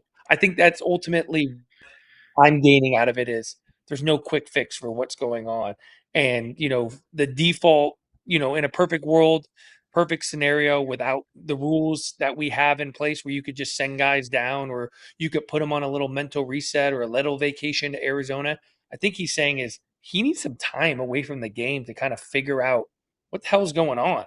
And I really hope that this doesn't happen because there are rules in place where teams would start kind of manipulating the roster. And obviously the Dodgers have the luxury to be able to not only afford a guy like Kyle Tucker who's making so much money to kind of step away from the team for 10 days, 2 weeks, really work on himself, work on his his swing, his mechanics, whatever he needs to work on, because they have internal options. So I really hope that's not a case where that actually happens. Yeah, because there's many times in my career where, man, if I could have just given me one day off, and I wouldn't change the world because I worked really hard to become an everyday player. But the game could speed up on you, and this compounding effect of yesterday's game or 2 days ago and then 3 days ago, you kind of get this snowball effect of like, man, I'm never going to ask for it, but I would be so happy if I was out of the lineup today and I could just kind of sit back and watch and not have to think about going over 4 or what my swing's going to do, or, my body's just kind of physically not all there right now. I think that's why people in the major leagues, especially guys like Kyle Tucker, who have had a history of being out on the field every single day, and obviously his body of work, you could justify the contract, but that's why these everyday players get paid a lot of money, because it's not just the back of the baseball card statistically. It's extremely hard to go out there every single day without taking any days off. You got to give a ton of credit to guys like Freddie Freeman and Matt Olson, these guys who post every single day. It's not easy to do mentally, physically, emotionally, spiritually. This game will drain you of all those very quickly, especially when you're not playing well. And he's not the only one going through it. Edwin Diaz is a newbie. He was out for a good chunk of the year, but he comes back and he continues to struggle too. I think they're going to try to find some softer landing spots for him. But I mean, you're pitching in a blowout Rockies Dodgers game, and I got a few more runs. I got a very, I was talking to, Cody Allen, who I do the To the Majors podcast with, and we were kind of talking about that situation a little bit.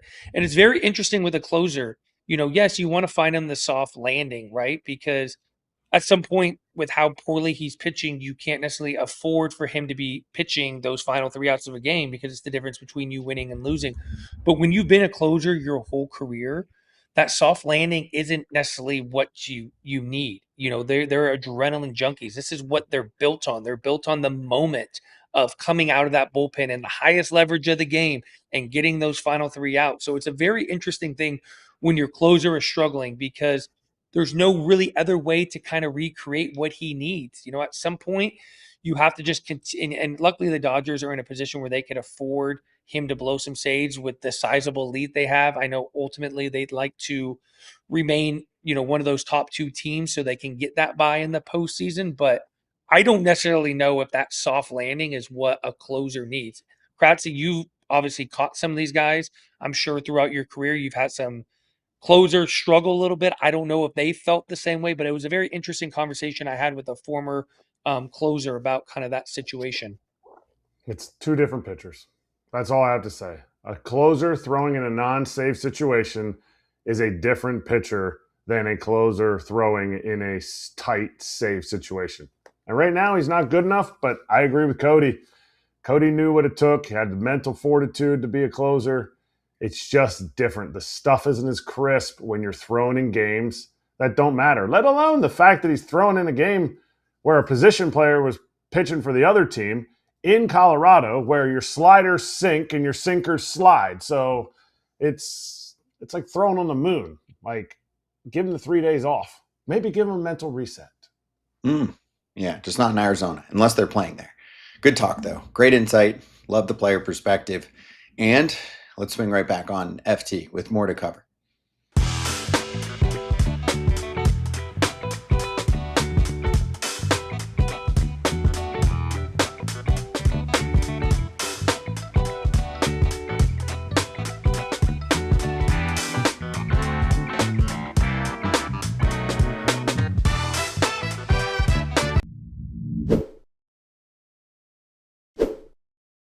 Let's talk a little SeatGeek right now and some returns to the field and the mound. Carlos Rodón returns tonight for the Yankees. Might be a ticket you want to grab. If you want to see Zach Wheeler pitch in Philadelphia, that could be a ticket that you want to grab. Or Robbie Ray for the Padres against Zach Thornton, who's been pitching well for the Mets. Mariners Brewers has some juice to it. What else do we like? Or do you like some of the ones I mentioned? Well, give me a good seat at the Phillies game tonight because Zach Wheeler's on my list, and I want to be close enough where I can keep an eye and make sure he keeps that toe on the rubber. That's all I want. And I know SeatGeek can help me find a seat where I can just look right super close up, and I want to be able to see the mound because, this guy's been cheating for a long time, and I want to make sure that he stays within the rules of the game, Clip that. Clip that. Zach Wheeler's been cheating for a long time, says yeah, right. Kevin Millar. I've been pitching the same way my whole career, and boy, he has he. And it's ridiculous to me, I'm pointing a little fun at my own team, the team that I follow, the Blue Jays, because they were the team that kind of called him out on it. But it's crazy. It's crazy because we all try to gain an edge from time to time a little bit too, but he has been pitching that way for a long time. This guy is too good. He doesn't need to cheat the game. That's basically what I'm saying. He doesn't need to cheat the game. And he's going off the side of the rubber, not to get away from where I'm picking my seats, but man, oh man, like he's going off the side of the rubber. Popkins, relax. Like your lefties are going to struggle against Zach Wheeler. You know why? Because he's been like a top 5 or he's been a top 3 Cy Young finisher like 5 times. That's why they're going to struggle. It's not like he's like getting a foot closer to the rubber like a Randy Wolf or a Michael Schwimmer or, guys who used to cheat the system. Yeah, Carter Capps used to jump at him. He's on a league list after he was angry at the league during the All-Star game. After he denied the All-Star game, he gets on a list. You're on a list, Scott. You're on a list. The only list I want to be on is click the link in the description to download the SeatGeek app, have the code automatically added to your account so you can keep it on your list and use it later because the code's Territory 10. It's 10% off MLB tickets on SeatGeek.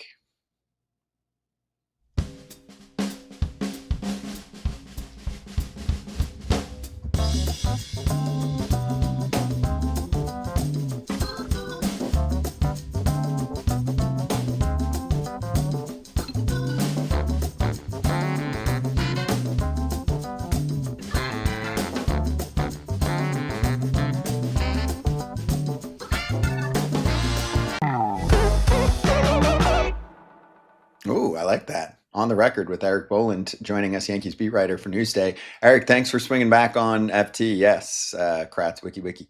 So what's going on with the Yanks right now? There's a lot of he's back, he's out. Give us the pitching breakdown first.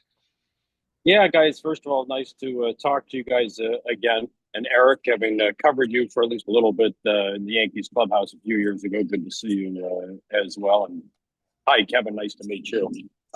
Yeah, look, the biggest one, obviously, Max Fried last night. That kind of came out of nowhere. He pitched pretty well in his previous start against Seattle last Thursday. Gave up 1 run. I think it was 4 hits. Afterwards, there was no signs of anything wrong with him. He said that he felt a little bit erratic, but you guys know, pitchers take the mound more often than not without their best stuff.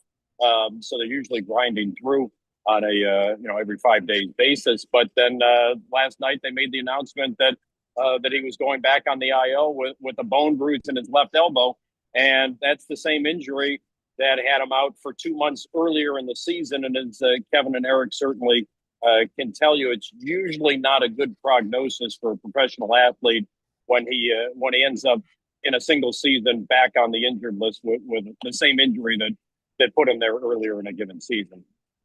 Did they feel like the cause of the bone bruise was the exact cause? And did they fix that cause coming off the IL last time? Or is it something that, since it's continuing to happen, now they're thinking they need to figure out what was causing it and not just letting it heal like they had for the last 2 months?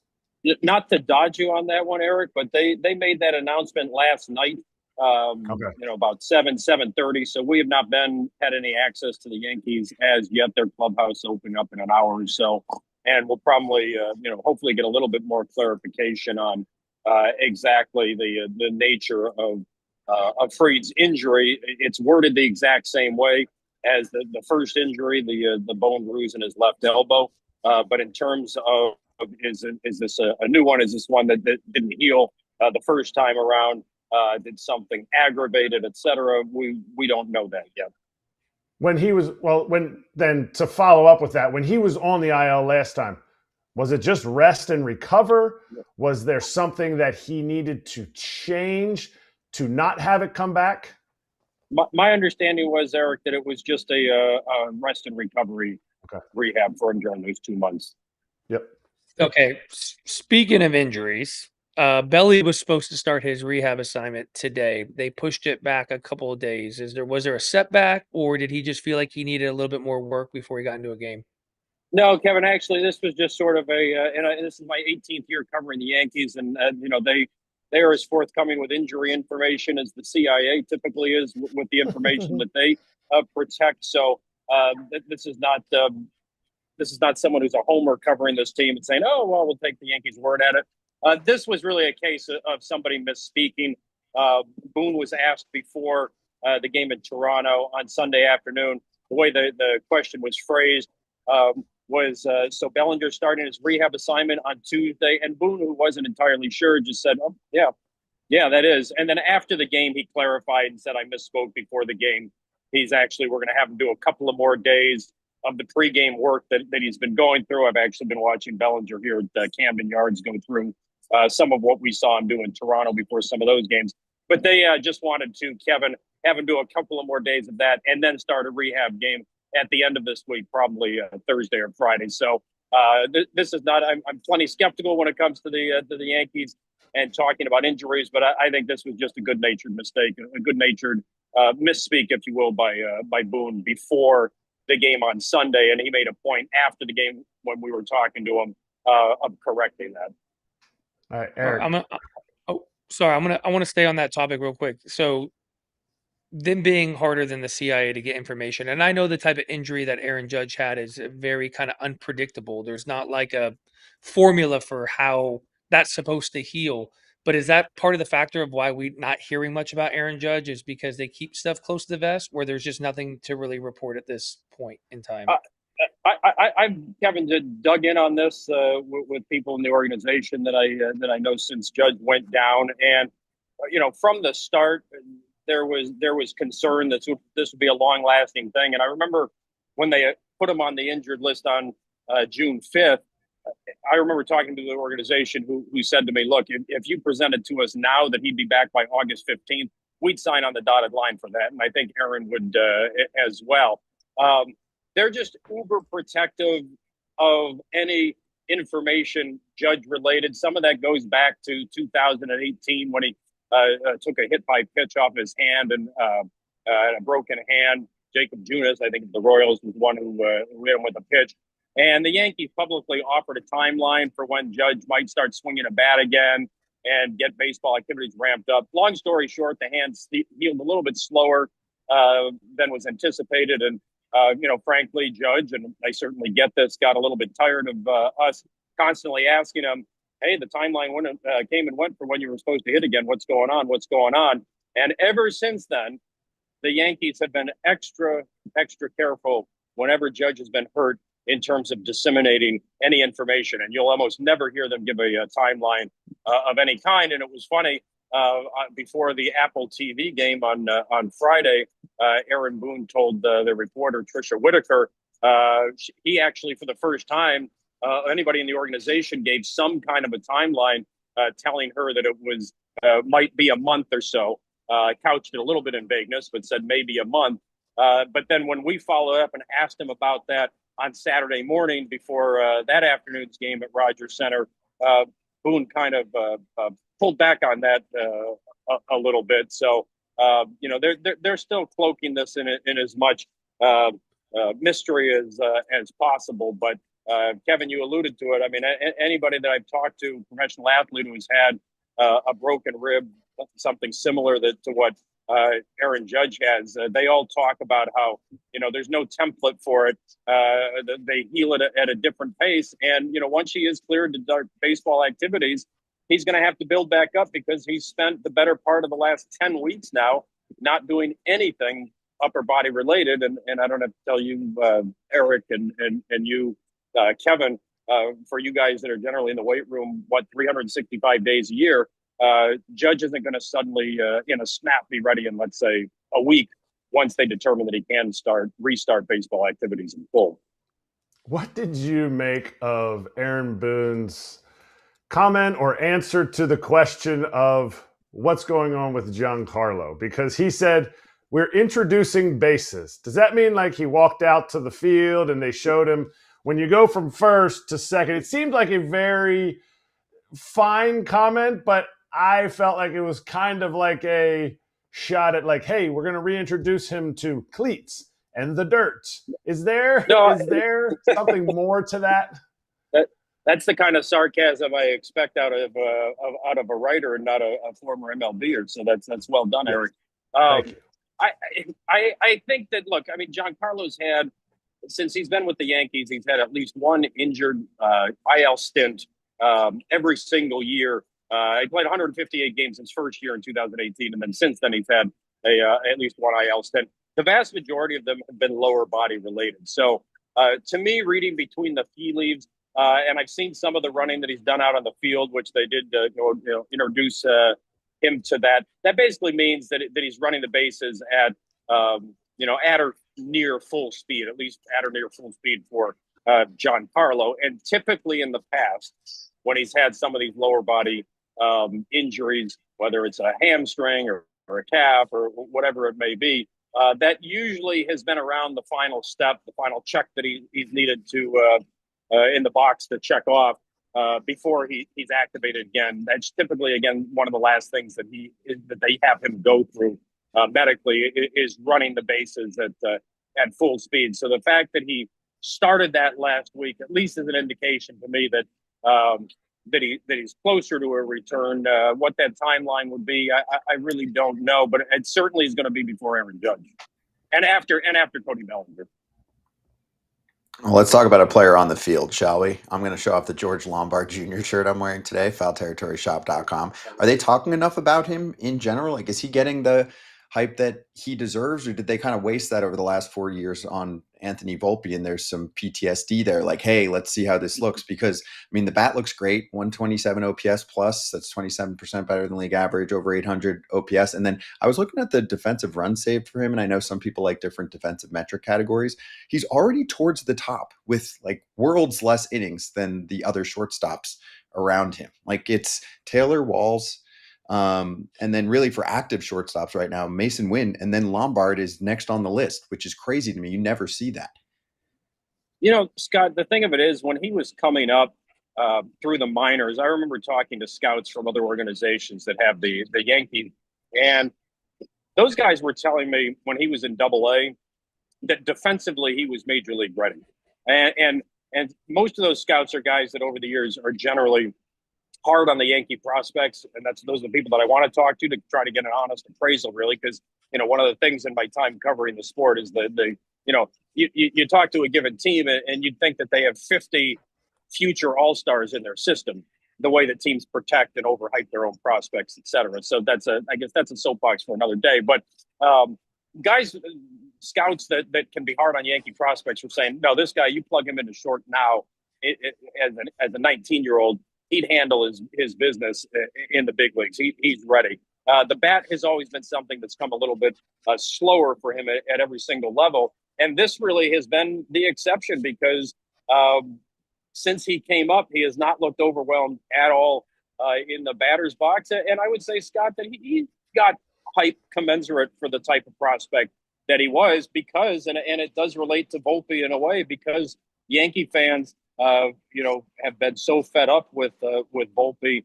But really, the last couple of years, they've been clamoring for information, updates, et cetera, anything George Lombard Jr. Related, and certainly George helped his performance the last two spring trainings when he's been in big league camp with the rest of the Yankee veterans and impressed all of those with how he acted on and off the field the last two seasons. But there's been a lot of hype with Lombard, and I would say that in all honesty, if I'm measuring it, the last 2 or 3 years, I would say it's pretty similar to what Volpe was getting when he was coming up.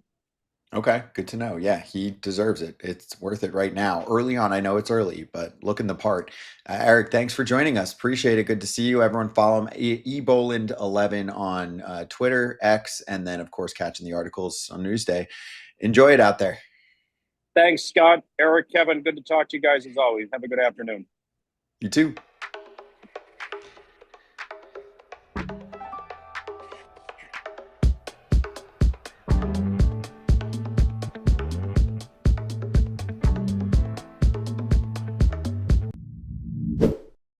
Let's talk Fabletics, shall we? They have apparel for every season. We're wearing it as we talk about it. It's soft, it's comfortable. I wear it on the show sometimes on FT. What else do you love about it, Kratz? Well, I have it on right now, and I'm all about quality. But you know what? You know how good your clothes are when you're a parent and your kids keep stealing all of it. My daughter stole the sweatshirt. My son stole one of my t-shirts. So it's got to be nice looking. And if it gets a little bit chillier, then it's layering season and they've got layers for the fall. Shop now at fabletics.com/foul to get 70 to 80% off everything when you sign up as a new VIP. Take a quick style quiz and be sure to select foul when prompted to unlock this offer. This is a limited time offer, so do not wait. Again, that's fabletics.com/FOUL for 70 to 80% off everything as a new VIP. Hey, some returns from the IL. Kyle Garcia, Vinny Pasquantino. That's two of their top 4-ish hitters coming back for the Royals. They're not in it, but just saying they're back. Royals have had a rough season, KP. They never were really in this thing. They fell out quick. No, and you look on paper, this is a team that's probably one of the most disappointing teams of the year. I felt like they were going to be a playoff team, but they do have a factor in the playoff race in the American League. I know they still, especially within their division, this team getting healthy can definitely, it's going to be tough competition for anyone who has to play them down the stretch. I know they're not playing for much, but, when healthy, they got a great lineup and good pitching. Yeah, they kept Waka and Lugo. Kratz, they didn't trade them away. They want them both for next year. They lost Reagans early on this season too, but they wanted to make sure that they got the veteran innings lined up for next year. You want to take advantage of Bobby Witt Jr.'s prime. Yeah, I mean, he's got quite a bit of prime left to go. He's got MVP seasons. I don't think it's panic at the disco. I love what the Royals have done in the sense that they're pushing in. They want to get a new stadium, so they're pushing. This roster is built to win. But when you lose 100 RBIs from Vinny Pasquantino, when you lose, I was just looking up what Michael did last year, like 39 doubles, 16 homers, 800 OPS in his breakout year, Gold Glove. That's tough. That's tough. When you just can't replace that. Cole Reagans was a top 3 Cy Young guy. Like, you can't replace it. So they need these last few months to build to next year.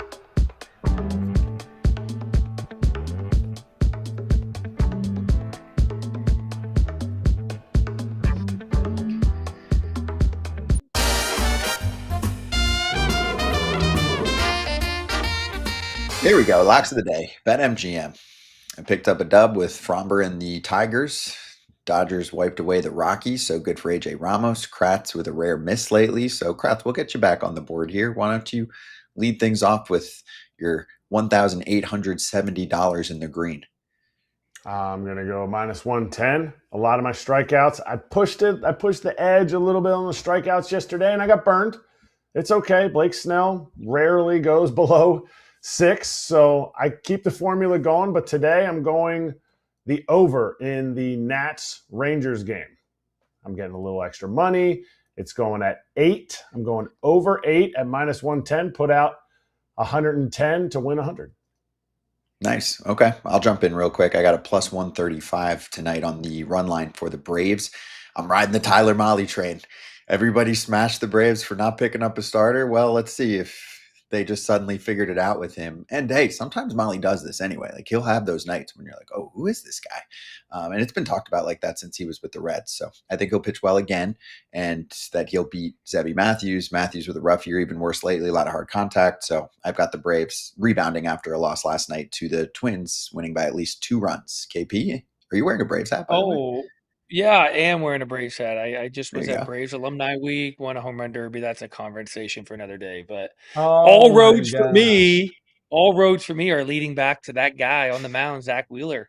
I'm taking him and his strikeouts over 5 today, and I'm parlaying that with Yordan Alvarez over 1.5 bases today. They're playing the Angels, really not playing for much.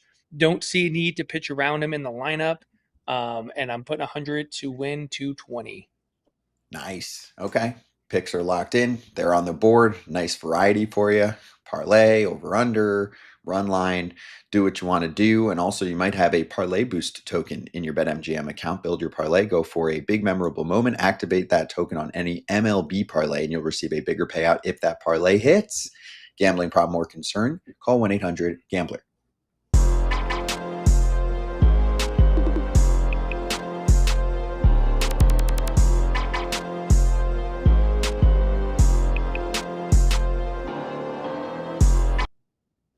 Hey, one more game to recap from last night. Padres have been playing some pretty good ball lately, but KP, it had to make you smile when they just kept testing Carson Bench. And this team runs really aggressively, but you looking at them beating up on Nolan McLean, and they just can't figure it out on the bases, or they're getting gunned down.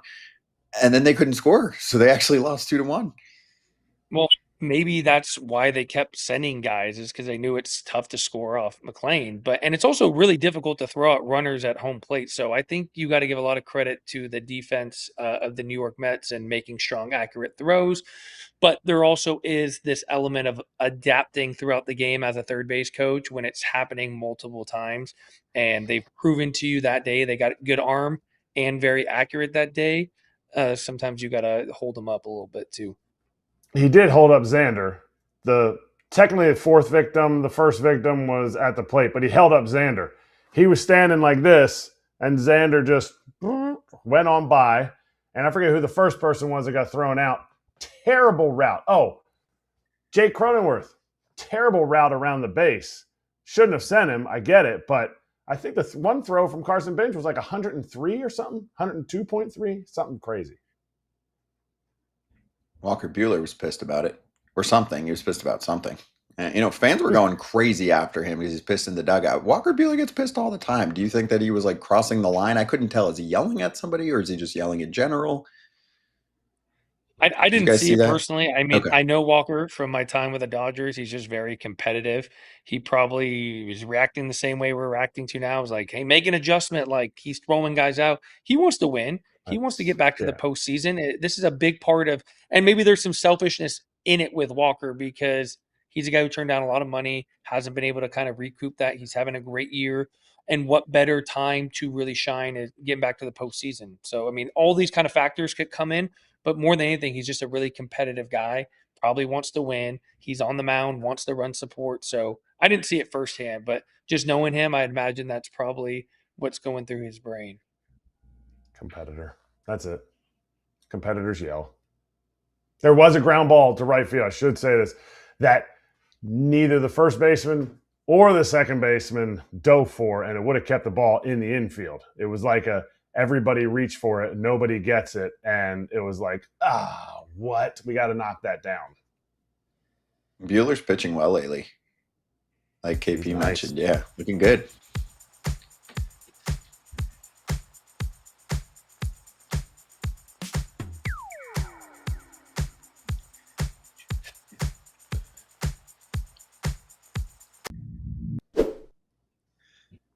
Time for power rankings. Yes, we are deep into the season, and we want to see what Kevin Pillar has for us first. Then Kratz will follow.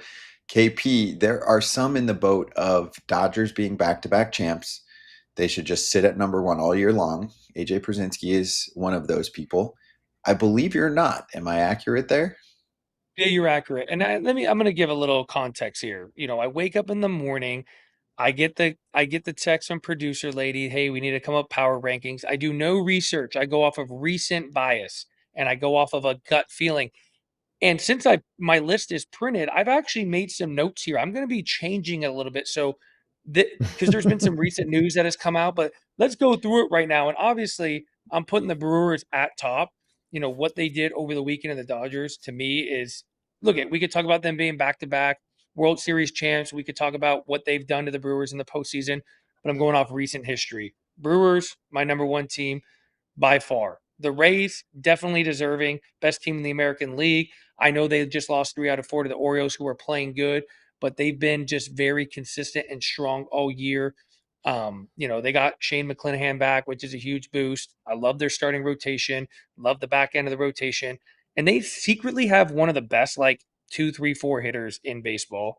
The Atlanta Braves, that offense is an absolute juggernaut. There's a little bit of concern on the pitching, but I also do believe there's pitching help on the way, whether that's AJ Smith Shaver or some other guys coming back to kind of bolster this rotation. The Dodgers are the Dodgers. They can go out and play bad baseball, but putting them anywhere below 5 would just be kind of crazy at this point. This is where it gets a little tricky to me. I'm going to just keep the Cubs there, but they're actually going to get removed out of this list or pushed down on this list after hearing some recent news. Yankees also are going to actually be moved off of this list because of that conversation we just had, about the uncertainty of Aaron Judge actually coming back and then the news of Max Fried coming down. The White Sox, definitely a top 10 team. I put them at number 7. A tough loss last night against the Cubs, but this is a team I think for weeks and weeks, if not months, we've just kind of been waiting to fall off. And when you watch them play, man, it's young, it's fun, it's exciting. They play with grit. They take on kind of that personality of Will Venable, and I think they're here to stay. That division isn't. There's no one else in that division that seems to be a bigger threat to win the division than the White Sox right now. So I'm keeping them there. The Red Sox, they could kind of go mediocre right now. The run that they went on just shows you what this team is capable of doing. And you love watching them play. They play with a ton of heart and a lot of grit. And I think they take on that personality of Contreras playing first base. There's a lot of fight in this team. And then the Phillies, man, when healthy, when clicking on all cylinders, you can make an argument that they could be even higher on this list. You talk about going into a series with Zach Wheeler, Lazardo, Christopher Sanchez. They have the back end of the bullpen. They got Schwarber leading off. They got guys like Bryce Harper. The lineup is the same cast of characters. They got Donnie Baseball leading the charge there. So I think they're a legitimate contender. And then my 10th team on this list is the Padres. Love what they've been able to do recently. Walker Buehler's pitching better. They went out and kind of addressed some of the starting pitching that they needed. And look at the back of the baseball cards of a lot of those guys in that lineup. I know Manny didn't get off to a good start. Jackson Merrill didn't get off to a good start, but all these guys are starting to hit and play better. But in terms of some of the chaos, I'm actually going to move the Cubs down. Probably I'm going to split them probably somewhere in 8 and 9. And I'm actually going to remove the Yankees from the list, and I'm going to put the Blue Jays at number 10 because of the recent news of some of the injuries to the Yankees. And Dansby's a big blow. Not having their shortstop, not having their leader out there is a big blow. I do think they're a top 10 team, but I'm going to move them out of 5, and I'm going to put them towards the bottom of that list right now. Yankees are off. Yankees are off. Yankees are off. So you think the Blue Jays power ranking wise should be in a better spot right now than the Yankees? I know they took the series. Look at their records. Look at their records. Obviously, yeah, you can make an argument. Obviously, the Yankees are going to be a playoff team. I'm talking about from what I've seen over the last week.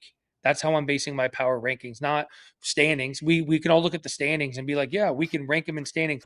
But the way they've been playing right now, and I would imagine this list is, who do you think's playing the best right now in terms of top 10? The Yankees aren't scoring runs. And I know the Blue Jays don't score a ton of runs, but I really like what I've seen from Dylan Cease. I really like what Shane Bieber's been able to do. Max Scherzer's kind of regained form. Is he the same guy? No, but is he pitching very well over 5 innings?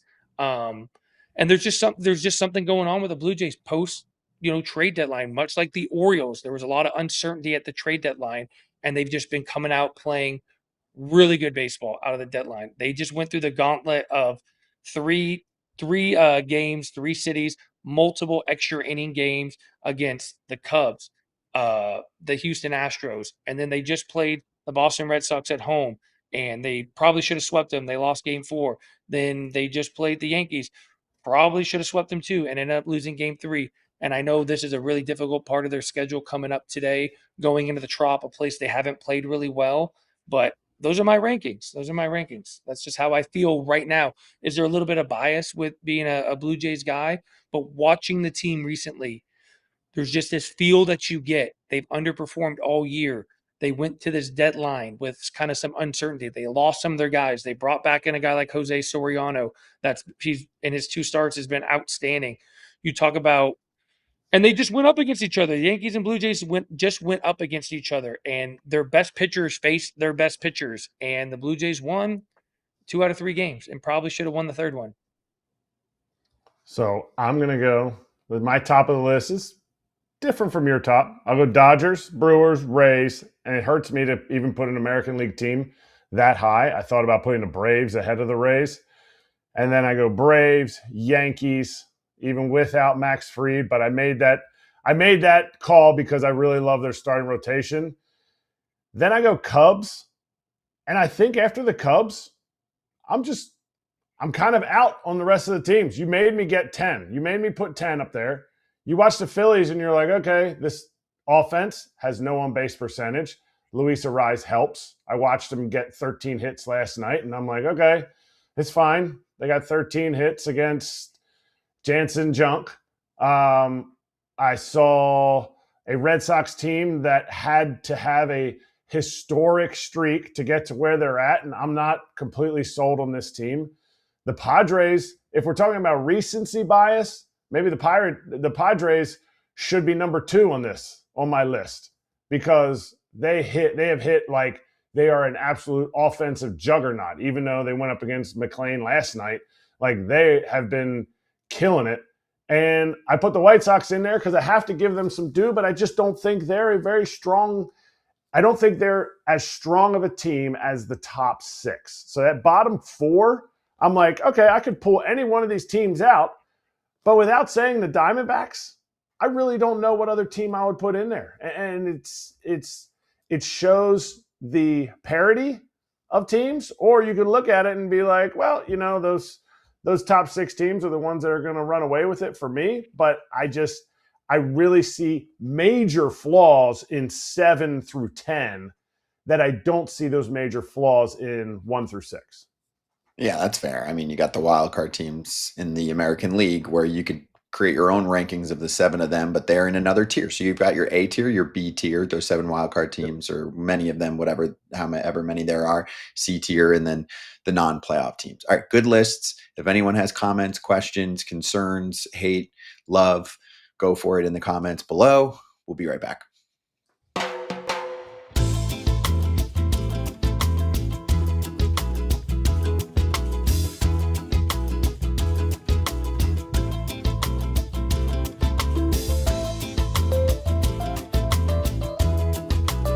Our good colleague and our friend Bruce Jenkins wrote that they got to bring Tony back next year as a matter of fairness. And I'm not necessarily agree with that because to me it's more of a cold-hearted business. And he will be brought back for many reasons. One reason is maybe he deserves another shot. But I don't think fairness really enters into it. Like Jeremy was saying in the last episode, there were times one time he went into Bochy early in his career, or I don't know, it was Bochy. He went into the manager. No, it was Bochy early in his career. And he was expressing his feelings. And Bochy said, you have to understand, I don't really care how you feel. I have to make my decisions based on what's good for the team. It'd be great if you feel good, but that's not my concern. I'm managing to win and all that stuff. So we know for sure that he's going to be back for several reasons, but right. not because we love him or don't love him or anything, but he will be back. Here is one caveat. Okay. Does Tony Vitello want to come back? I think he does. And I haven't asked him. Yeah. I would not be surprised if some college teams come at him this offseason. I mean, he's one of the great college coaches of all time. He clearly loved it. We've all heard him talk about Tennessee, the SEC, and every place he's been. I think that is really a little, well, certainly he left a lot of his heart with the college game. I think he'll be back. I really do. Maybe Jeremy and I should have grilled him. Are you coming back? Yeah, there's got to be many nights. Yeah, but he might have some opportunities. Gone back to his room and popped open a beer and said, Man, I'm not sure about this, man. I wonder if I did the right thing. Yeah, we all have those doubts, and surely because the season has gone so south. But yeah, there's got to be some stock taking at the end of this season for Tony and for Buster too, and maybe for the guys at the top, the money spenders, the owners.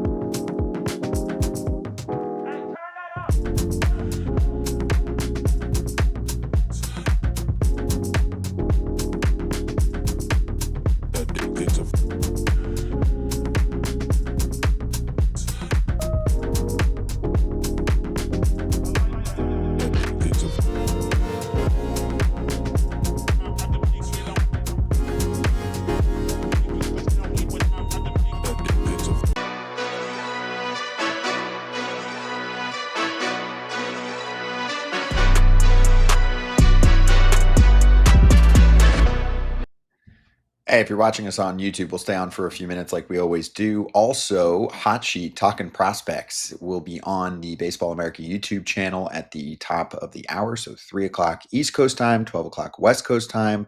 Get the prospect report there from the BA crew. We got some news right before the show started. Trey Mancini, who was a great story in his major league career and even was able to get himself back into the bigs this season. 34 years old, 8 seasons, calling it a career comeback player of the year in 2021 after battling colon cancer in 2020. Has a World Series title under his belt, played for the O's, Astros, Cubs, and Angels. So a hat tip to him, right, guys? You guys know and faced him? Yeah. He was in Baltimore when I came up. He got off to a great start in his career. Everything he's overcome in his career, obviously, someone that has to deal with cancer, especially at a young age, living his dream of being a Major League Baseball player, to be able to overcome that, be able to come back and get an opportunity to play in the major leagues. Incredible story. Very inspiring for a lot of people, old, young, what he's been able to do in his career. And good for him.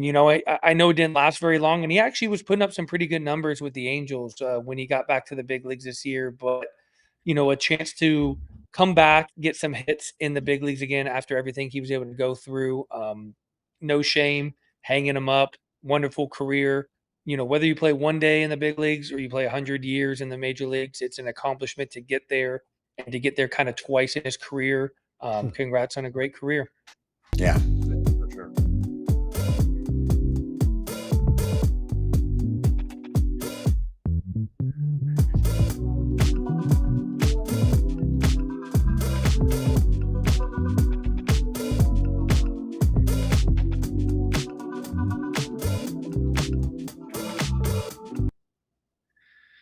Hey, the tarps off phenomenon has taken over the entire season in many outfields and many unfortunate situations where, a girlfriend goes to the park and then she's like, "Where did my boyfriend go?"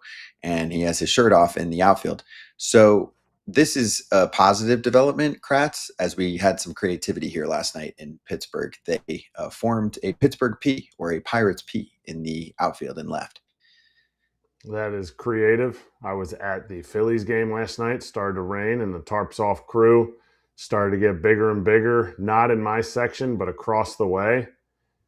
Breaking news: Phillies security shut it down. Wow. I've never seen the tarps off crew shut down before in a stadium, but they tried it. I know some of the boys on my team wanted to head over there, but they never made it over. That would be a tarps on situation.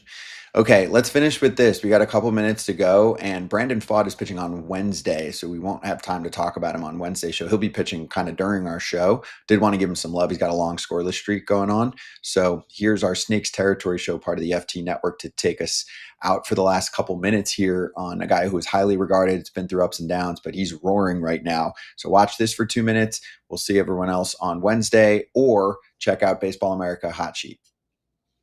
I spoke to Torrey about it, and the way he described it was, first, Jeremy Bleich and Brian Kaplan, Owen Dew, the other coaches, they kind of create a game plan of what they want a pitcher to work on. Sometimes they have very specific things. Sometimes they're not really sure, and they just want the guy to go down and figure it out. But in Brandon's case, they had some thoughts and specific things that they wanted him to work on. But, when Brandon went down there, first and foremost, he was working with guys that he'd worked with before. He worked with Doug Drabek and Jeff Bajanero as he was coming up through the system. So there's a familiarity there. And, what Brandon told me was that he really, knows that Drabek knows his stuff, right? He's the old school guy, former major league pitcher from way back, very knowledgeable. And so just soaking up his knowledge. And Jeff Bajanero's kind of more new school and helping him with, the analytics side of pitch movement and design and so forth. So the two of them make like a really good pairing. And between that and the chemistry that Brandon already had with them, they were able to get right into it and dive in. They made a few tweaks that we know about, not putting the hands above the head. I think they were moved to the other side of the rubber. There probably were a couple other things, but it was mostly about getting Brandon back in a comfort zone of doing what he does best, which was get back in the zone. There was also some adjustments to the pitch arsenal in sequencing and what they're using more against righties and lefties. They made a few changes there. So putting all of that together, it just really helped. So, Jeff Bajanero and Doug Drabek, they deserve a lot of credit for helping him, both in executing the plan that was passed down from the major league staff, as well as, working together with Brandon to fine tune it. But ultimately, it's Brandon fought to have the humility to go down there, to make the changes and come back not only better than ever, but, come back Cy Young quality. This is amazing stuff